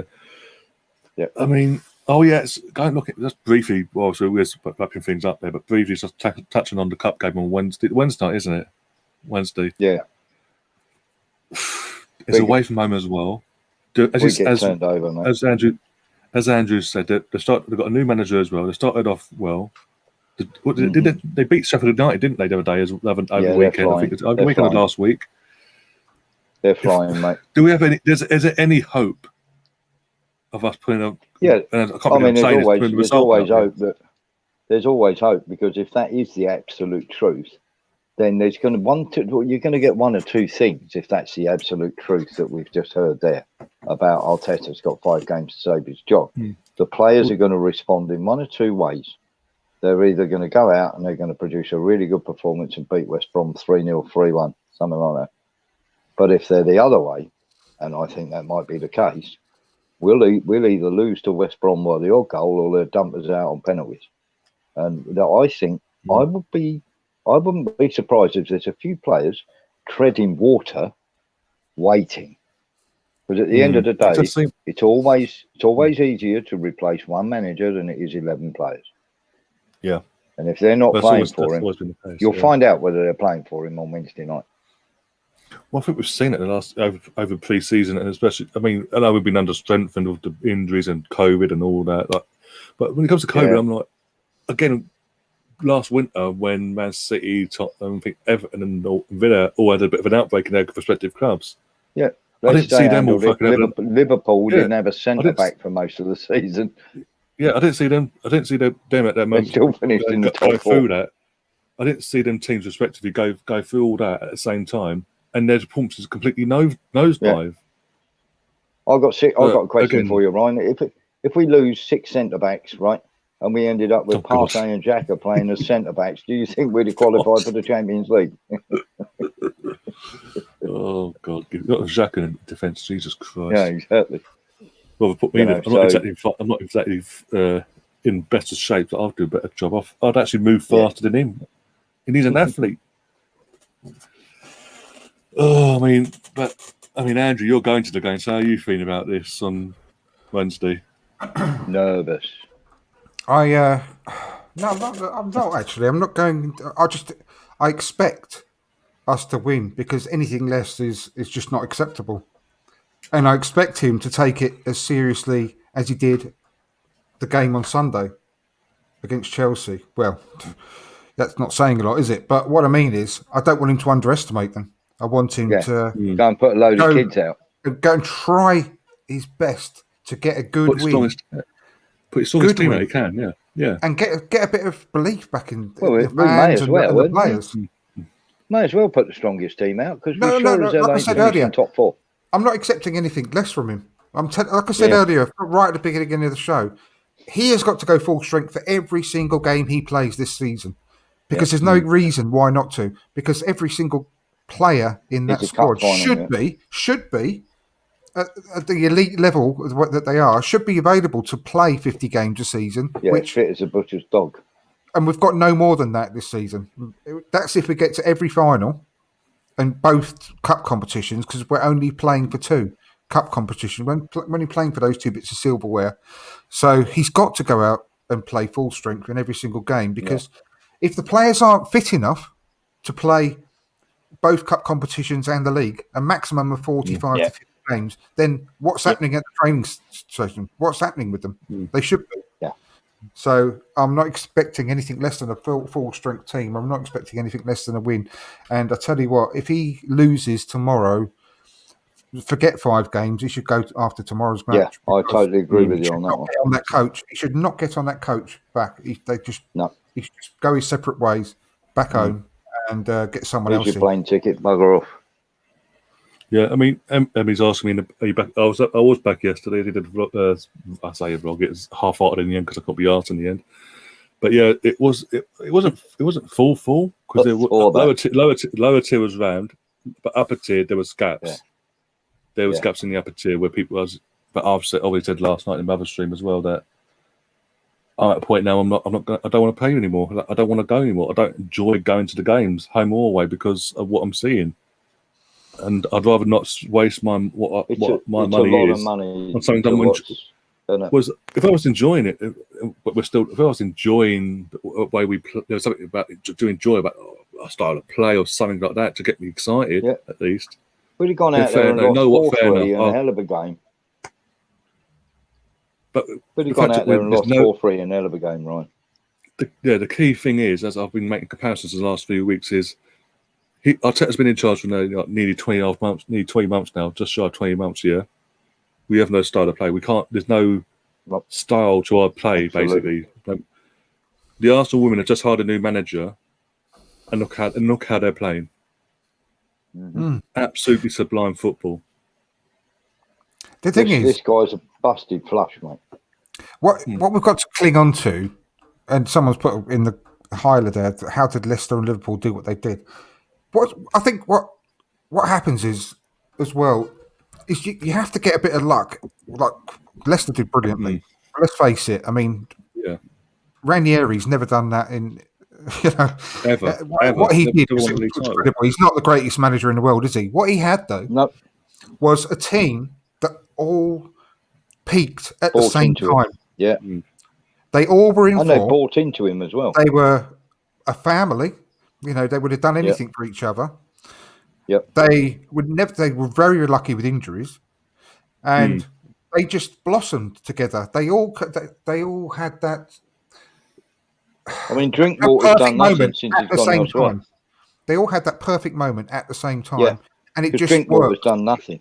It just worked. And what we've got to cling on to is that because of the players that we're buying and we're sort of gathering together now are all of a similar age. They're all hopefully going to be bonding really well. They're going to have a lot in common. They're going to be friends. They're going to build that sort of family group mentality together and blossom at the same time. And then once you've got that and you're lucky with injuries and things like that, then anything can happen. Because you've got that belief, you've got that sort of family mentality, you've got that we can do anything together mentality. And that's why it's so good bringing together a lot of players out the youth team at the same time as well, because they've got that already. Yeah. So if you're lucky, I've got a question for you. You can just get lucky that one season where everything clicks and everything comes right. I've got a big question for you then. Knowing what we know, and say Arteta only has got 4 or 5 games, do you think the players might get together? I'm not saying they would, but is there a possibility that at some clubs this would have happened? I think is that the players get together and go, should we just down tools for the next 5 games and then we'll start playing once we get rid of this clown? Yeah, I do think it happens. I don't know whether we've got to that stage. I don't think we've got to that stage with Arteta because I think a lot of the younger players, especially. I think we'll find out on Wednesday on that one. I genuinely think that they love him. I think I just think it's somebody. They love what he talks about, don't they? Yeah, exactly. Exactly. Like I say, they should be you should put him in charge of recruitment. Get Edu out of there, put him in charge of recruitment if he can talk people into that sort of thing. And, and let Conte or Brendan Rodgers.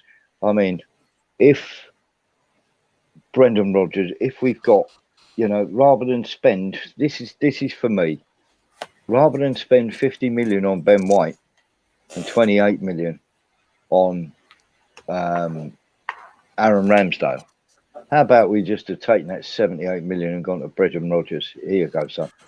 5-year contract. I know. I mean, seriously, I would have been over the moon compared to what we've done there. I know, but I mean, Hyler again. putting some great points. A load of people who, like Leon Chordo and Hyler, they're putting some great comments in tonight. Thank you ever so much for both of you. And but Leicester bought N'Golo Conte for 8.1 million. I don't even think it was that, was it? I don't, No, it was actually it was 6.4 plus add-ons to take it. And I think that Ndidi, am I not wrong? I thought Ndidi came through their youth system.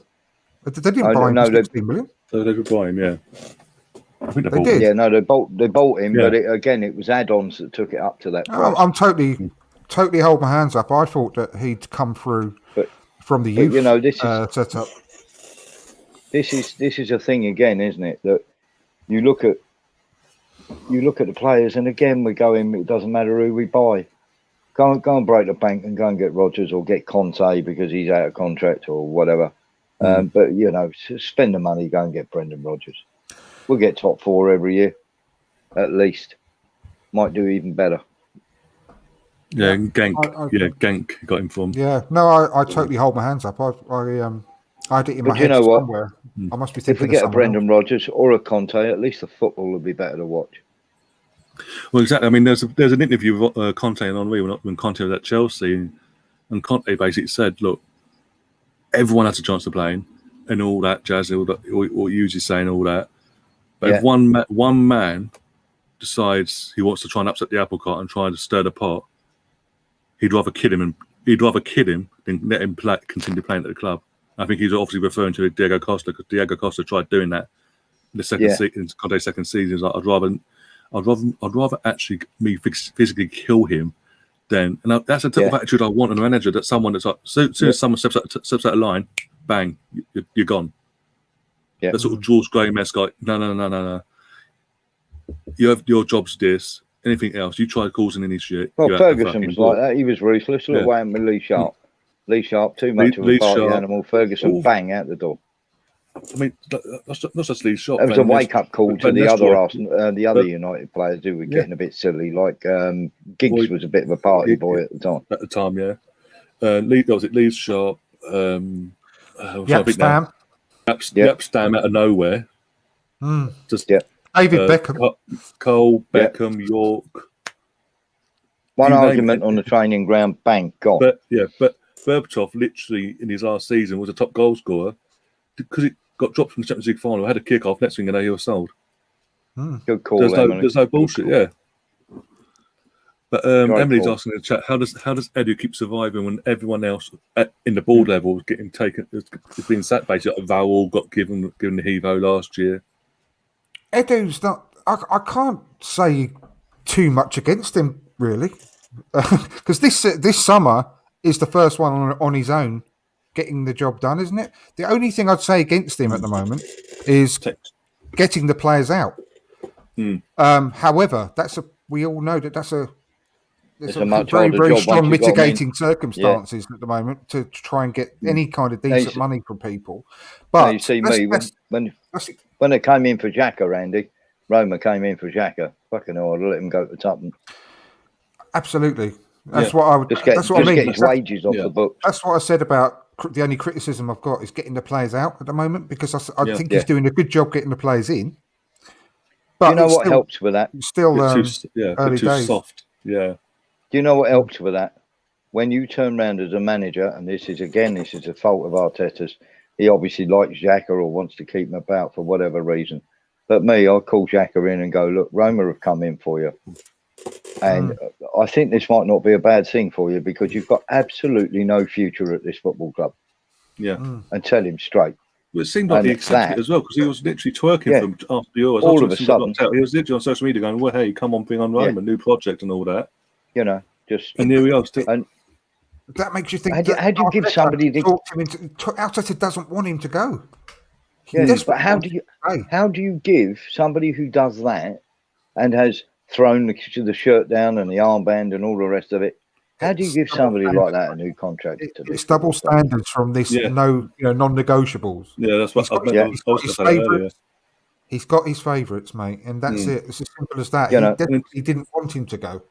In terms of Guendouzi at the door, Edu behaved twice as badly and still here. in terms of what Matteo says in the chat about Conte only 1 year at Chelsea, and then the second season was a bit more difficult. 2 years at Inter.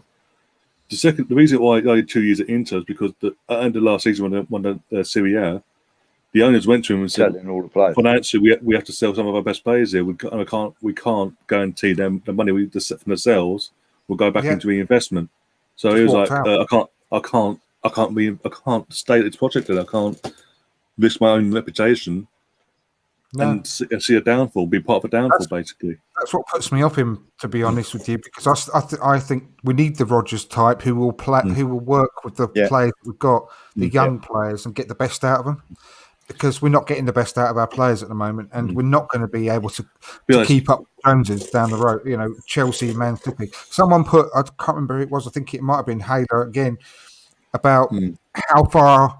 You know, we're 4 years behind City, sorry, Chelsea. No, we're not. And we're not. We're like siblings. We're never going to catch them up. We're like the same age. You know, we're not 4 years behind. We're going to be the same, that far behind them all the time. What we're going to have to hope for is that one of them or both of them have a really poor season one season. Maybe they implode from the inside out. Something happens with their manager. They have a really bad season. And we have that season where everything clicks. And we've got very good injury records. And everything just seems to go right. And that's what we're going to hope for. Because otherwise, we've got no chance of catching them. We never will. We're always going to be the same far distance apart. Having said that, I think Guardiola will go if he fails to win the Champions League this year. If he doesn't get Kenny, he ain't winning the Champions League, put it that way, in my opinion, anyway. So he might as well go. I mean, Neo mentioned this comment, previous comment as well about look what happened. I'll get it up on the screen now. 1 second. It says, look what happened when Lampard was sacked from Chelsea. That's how you say no to mediocrity. Again, it's not just at this moment in time. It's an acceptance. It was accepted because, as I said earlier, the club was they reacted instead of being proactive at a time under Unai Emery. They could have gone and got it dealt with sooner rather than later. After we lost 2-0 to Leicester, that's when my cut-off point was. He had to go then. Well, it's like that with Arteta, isn't it? Yeah, and the last few years of Wenger, even though we had the style of play, there were signs there that things weren't going in a good direction, basically, and all that. And it's sort of, but we're winning the cup still, so it's okay. It was only 1 year at the Champions League, and then I was only 2 years, and obviously the second season was when he decided to leave Wenger. And then obviously Unai Emery got a point off the Champions League. Obviously what happened in the Europa League final, we all know, and it just fell apart from that moment onwards for him as well, along with his other stuff that was going on. But Leon's right. Leon's right, Ryan, in the fact that... That all stems from the non-acceptance at Chelsea of mediocrity. All stems from the owner. Yeah, exactly that. He's never, ever accepted mediocrity since he's never done that since from day one. Here's the thing, Ryan. We accepted that. Club absolute legend of all time. We accepted that. Yeah. Do you know what we accepted? We accepted that Arteta could have another season when he shouldn't have been given another season, because let's face it, in November, the only thing that saved Arteta's bacon were two names, Smith Rowe, Odegaard.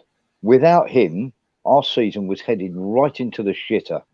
It really was. We were 14th, 15th, and we didn't even look like we could string a result together. And suddenly, Smith Rowe had a coming-of-age game against Chelsea, and we had, Odegaard start to play really, really well. And for 7 or 8 games, we really picked up, and that saved Arteta's job. Let's make no bones about it. We were heading to less than mediocrity when those two saved our season, and they put in about 10 or 12 games of really top performances, and that lifted us up the table to somewhere regarding, mid-table, mediocrity, respectability, whatever you want to call it. And what Leon has said there is absolutely right, because for far too long we've just accepted the mediocre, and we've given these people time when they shouldn't have had time, and we're doing it again with Arteta. And right at halfway through the season, we were all. I mean, I don't know what about Andrew, because I only sort of met him over the last few weeks over the podcast and stuff. But certainly you and I, Ryan, were both saying, in November, Arteta must go, and he's still fucking there. Got to throw That's Saka can't be into right. that mix as well. Smith Rowe, Yeah, Saka. Yes, Saka, yeah, I at would. Odegaard. Yeah, Yeah. it's good call. But Good call. But there's a rest they, of them who were meant to be doing it, Andy, didn't. no, exactly. And the fact that they changed their manager and they got the new one in, it knew what he was doing, and Won a with the Champions same League set, title. the same set of players, they not Yeah. only won the Champions League, they would have won the Yeah. league as well if they had about 5 to 10 more games attached to Yes. the season. They Yeah. were that good. They were that Yeah. good. Yeah. And They with were like he a didn't buy a load of robotic. players when he took over. He used the same bunch of players, and yes, they're good, but it's all relative. It's all relative. Yeah. And he got them strong, and they lost what 1 or 2 games, maybe at the most. Yeah. Under his Yeah, I mean, and if Two. they were that good, they'd have performed under Lampard. And I think we have the same problem at our football club. I don't think anything changes till you change the manager. When you change the manager, I think you see a different set of players. And Yeah. Hayler said Marina Granovskaya is the sports director at Chelsea and maybe the best sports director in the league. Maybe, but it also strengthens what I said earlier about Edu. I'm certainly not comparing them. I'm not saying Edu's anywhere near her league, Yeah. but she has got a first team squad of 30, 31 players, I believe, that she's got to handle. She's bought a lot of players, good players, but she can't sell players either. And this is the problem that Edu's having, is getting rid of the players, the deadwood, and also some of the good quality young players who are not quite good enough for Arsenal, but would have a good career elsewhere. He's struggling to sell them even. You know, like AMN, great example. Who wouldn't want AMN? That's probably why he panicked and sold Willock. Yeah, absolutely. Yeah. I At don't least Willock carried a goal would have threat. been. I genuinely think Willock would have been one of the last young players that we would have wanted to sell. Yeah, But because exactly. he's the only one we've had offers for. Unfortunately, he's been the scapegoat. And we've had to sell him. Yeah. But you see him perform what he did at Newcastle, and you go, he's not replicating that at Arsenal. Why is that? Because he clearly has it in him to play like that. Why is he not doing it at Arsenal? Surely that is a massive indication. If you wanted to play a false 9, right, which Arteta's shown a couple of times, there's no one better than Willock. He's one of the best finishers that you could have that arrives in the box at the perfect time. He's absolutely ideal for that role as a false 9. Yeah. You don't play someone like ESR. He's not that type of player. He's not a false 9. Willock is. Willock could be perfect for that position. I just still can't get how he's a goal scorer that we desperately need because we cannot score goals to save our life. Yeah. So, of course, you utilise someone like that in the squad and build around them rather than getting rid of them. I just don't understand it personally. But, we unfortunately, we had to make some sales and make some money back. And he was the sacrificial lamb, unfortunately. Yeah. Fellas, I've got to be up at 5. So I'm going to love you and leave you. Now, so. Well, and where can people find you, my friend? They can find me on Twitter at Thorn in their side. They can also find me on a Saturday afternoon trying to find out where Russ Morgan's playing so I can send him off.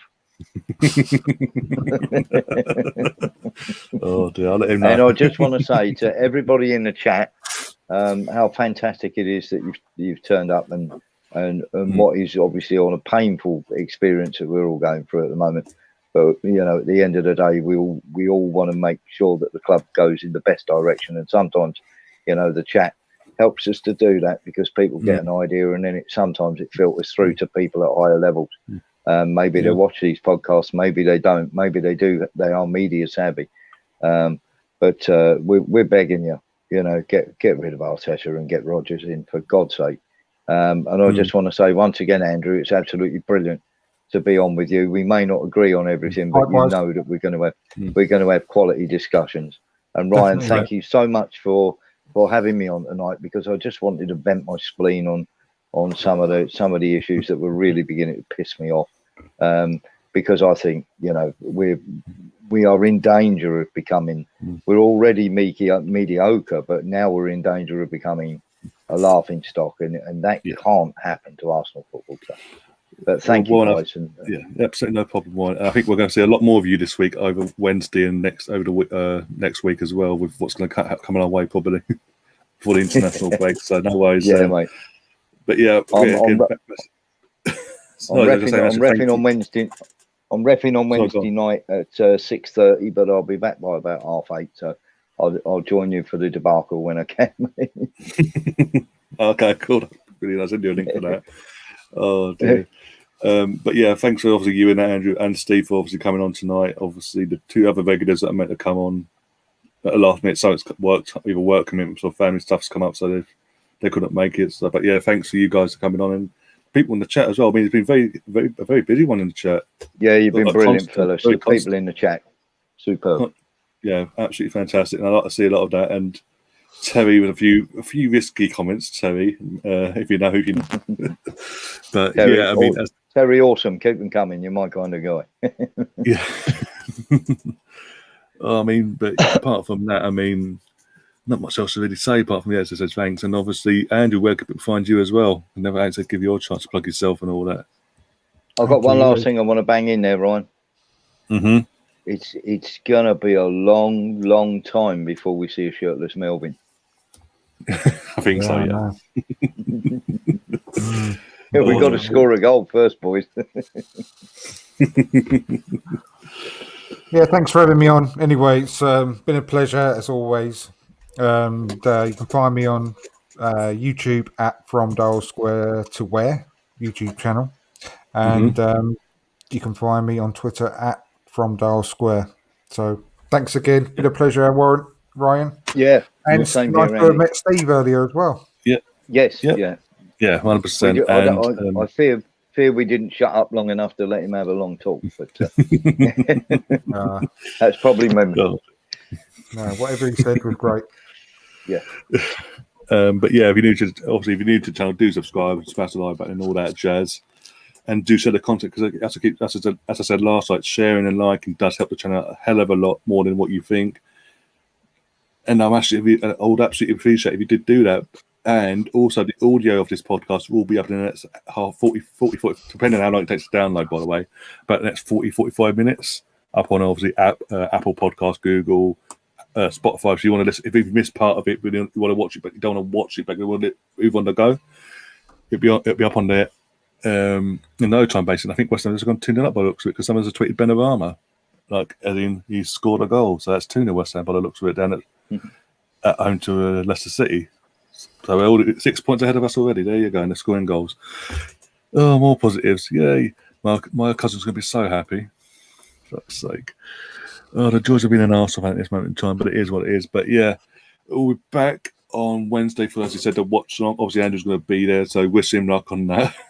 Having to witness that firsthand. I might have to take my kids to counselling straight after the match. Unfortunately, they're coming with me. Oh God! I'll probably finish about quarter past 8 when reffing at 8:15 when you take out the half time as well. At 8:15, I'll come off the pitch, find out we're 2-0 down against West Brom. I'm just going to go around and red card everyone.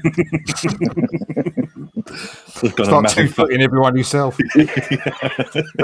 Go full Terry Erlock on them. Let's go.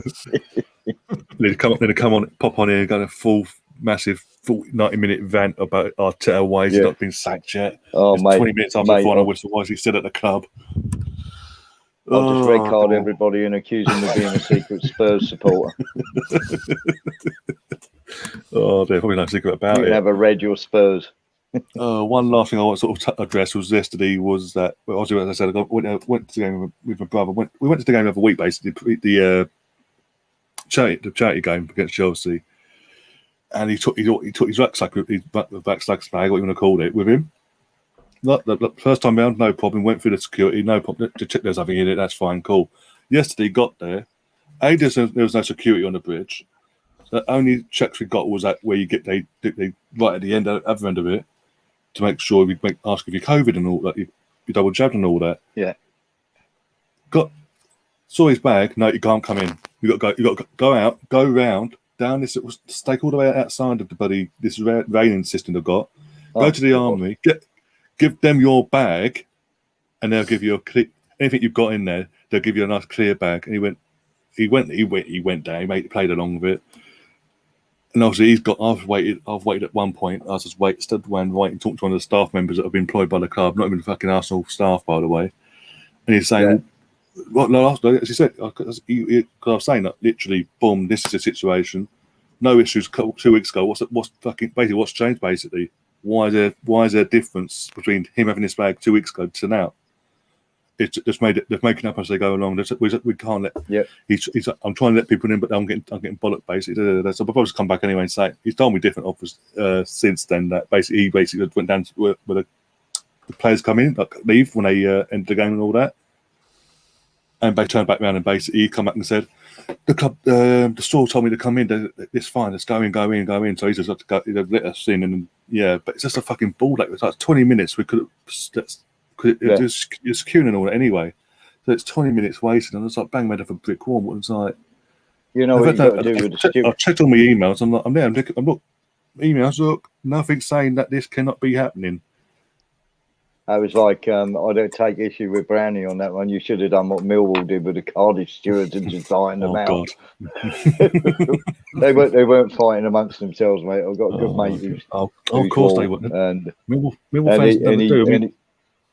Millwall, a couple of years ago, Millwall were playing Staines Town in the FA Cup second round, before the third round, basically.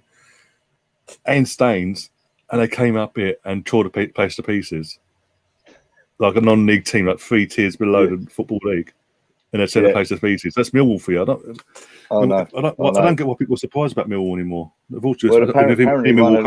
I'm sorry, but it is what it is. Yeah, apparently one of the stewards got a little bit overzealous with some young lad about sitting in an area where there was bags of space for everybody to sit, so you didn't need to be in that seat.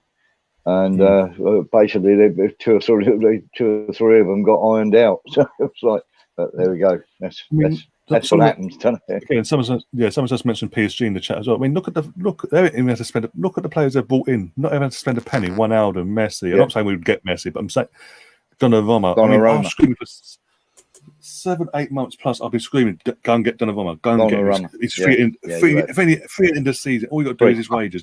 Honestly, I think give him whatever. I think that was sorted out last January. To be perfectly honest, though. But you know what I'm saying. Literally, they've done this. They've got all the money in the world, and they've got most of those players they've got for free. All they've had to pay is wages, basically. That's smart business as well. Why aren't we doing this? That's real. We did. Ryan, we did. I'm taking issue with you there. We did go and spend money on wages with no transfer fee. He was called David Luiz. He was called William. That's the wrong players, though. We bought David Luiz, mate, for 8 million. We bought him. We didn't get William was free, but yeah. Oh yeah, okay, but then we gave him 27 million in wages. We got William for free, and we gave him 24 million in wages. PSG is like real life football FIFA. Manager. Yeah, it's like playing FIFA with the cash boost on. Yeah, cash boost on. Yeah, unlimited funds. Yeah. Yes, well, but either way, I've done what my point. I don't know about smart business, but yeah, it's got that now. Cheers for coming on, guys. Thanks to Steve as well. Everyone in the chat. As I said, subscribe if you're new, if you enjoyed this. The podcast will be up on the audio side of things on Apple, Spotify, Google, and all the other platforms, respectively, for the next 45 minutes, depending on how long it takes to download audio-wise. And until then, we'll see you on Wednesday for the watch along. Oh, sure, that's going to be cheers, fun, boys. isn't it? Until then, easy. As always, up the Arsenal. Wish me luck for Wednesday. Wish me luck. Good. Good luck.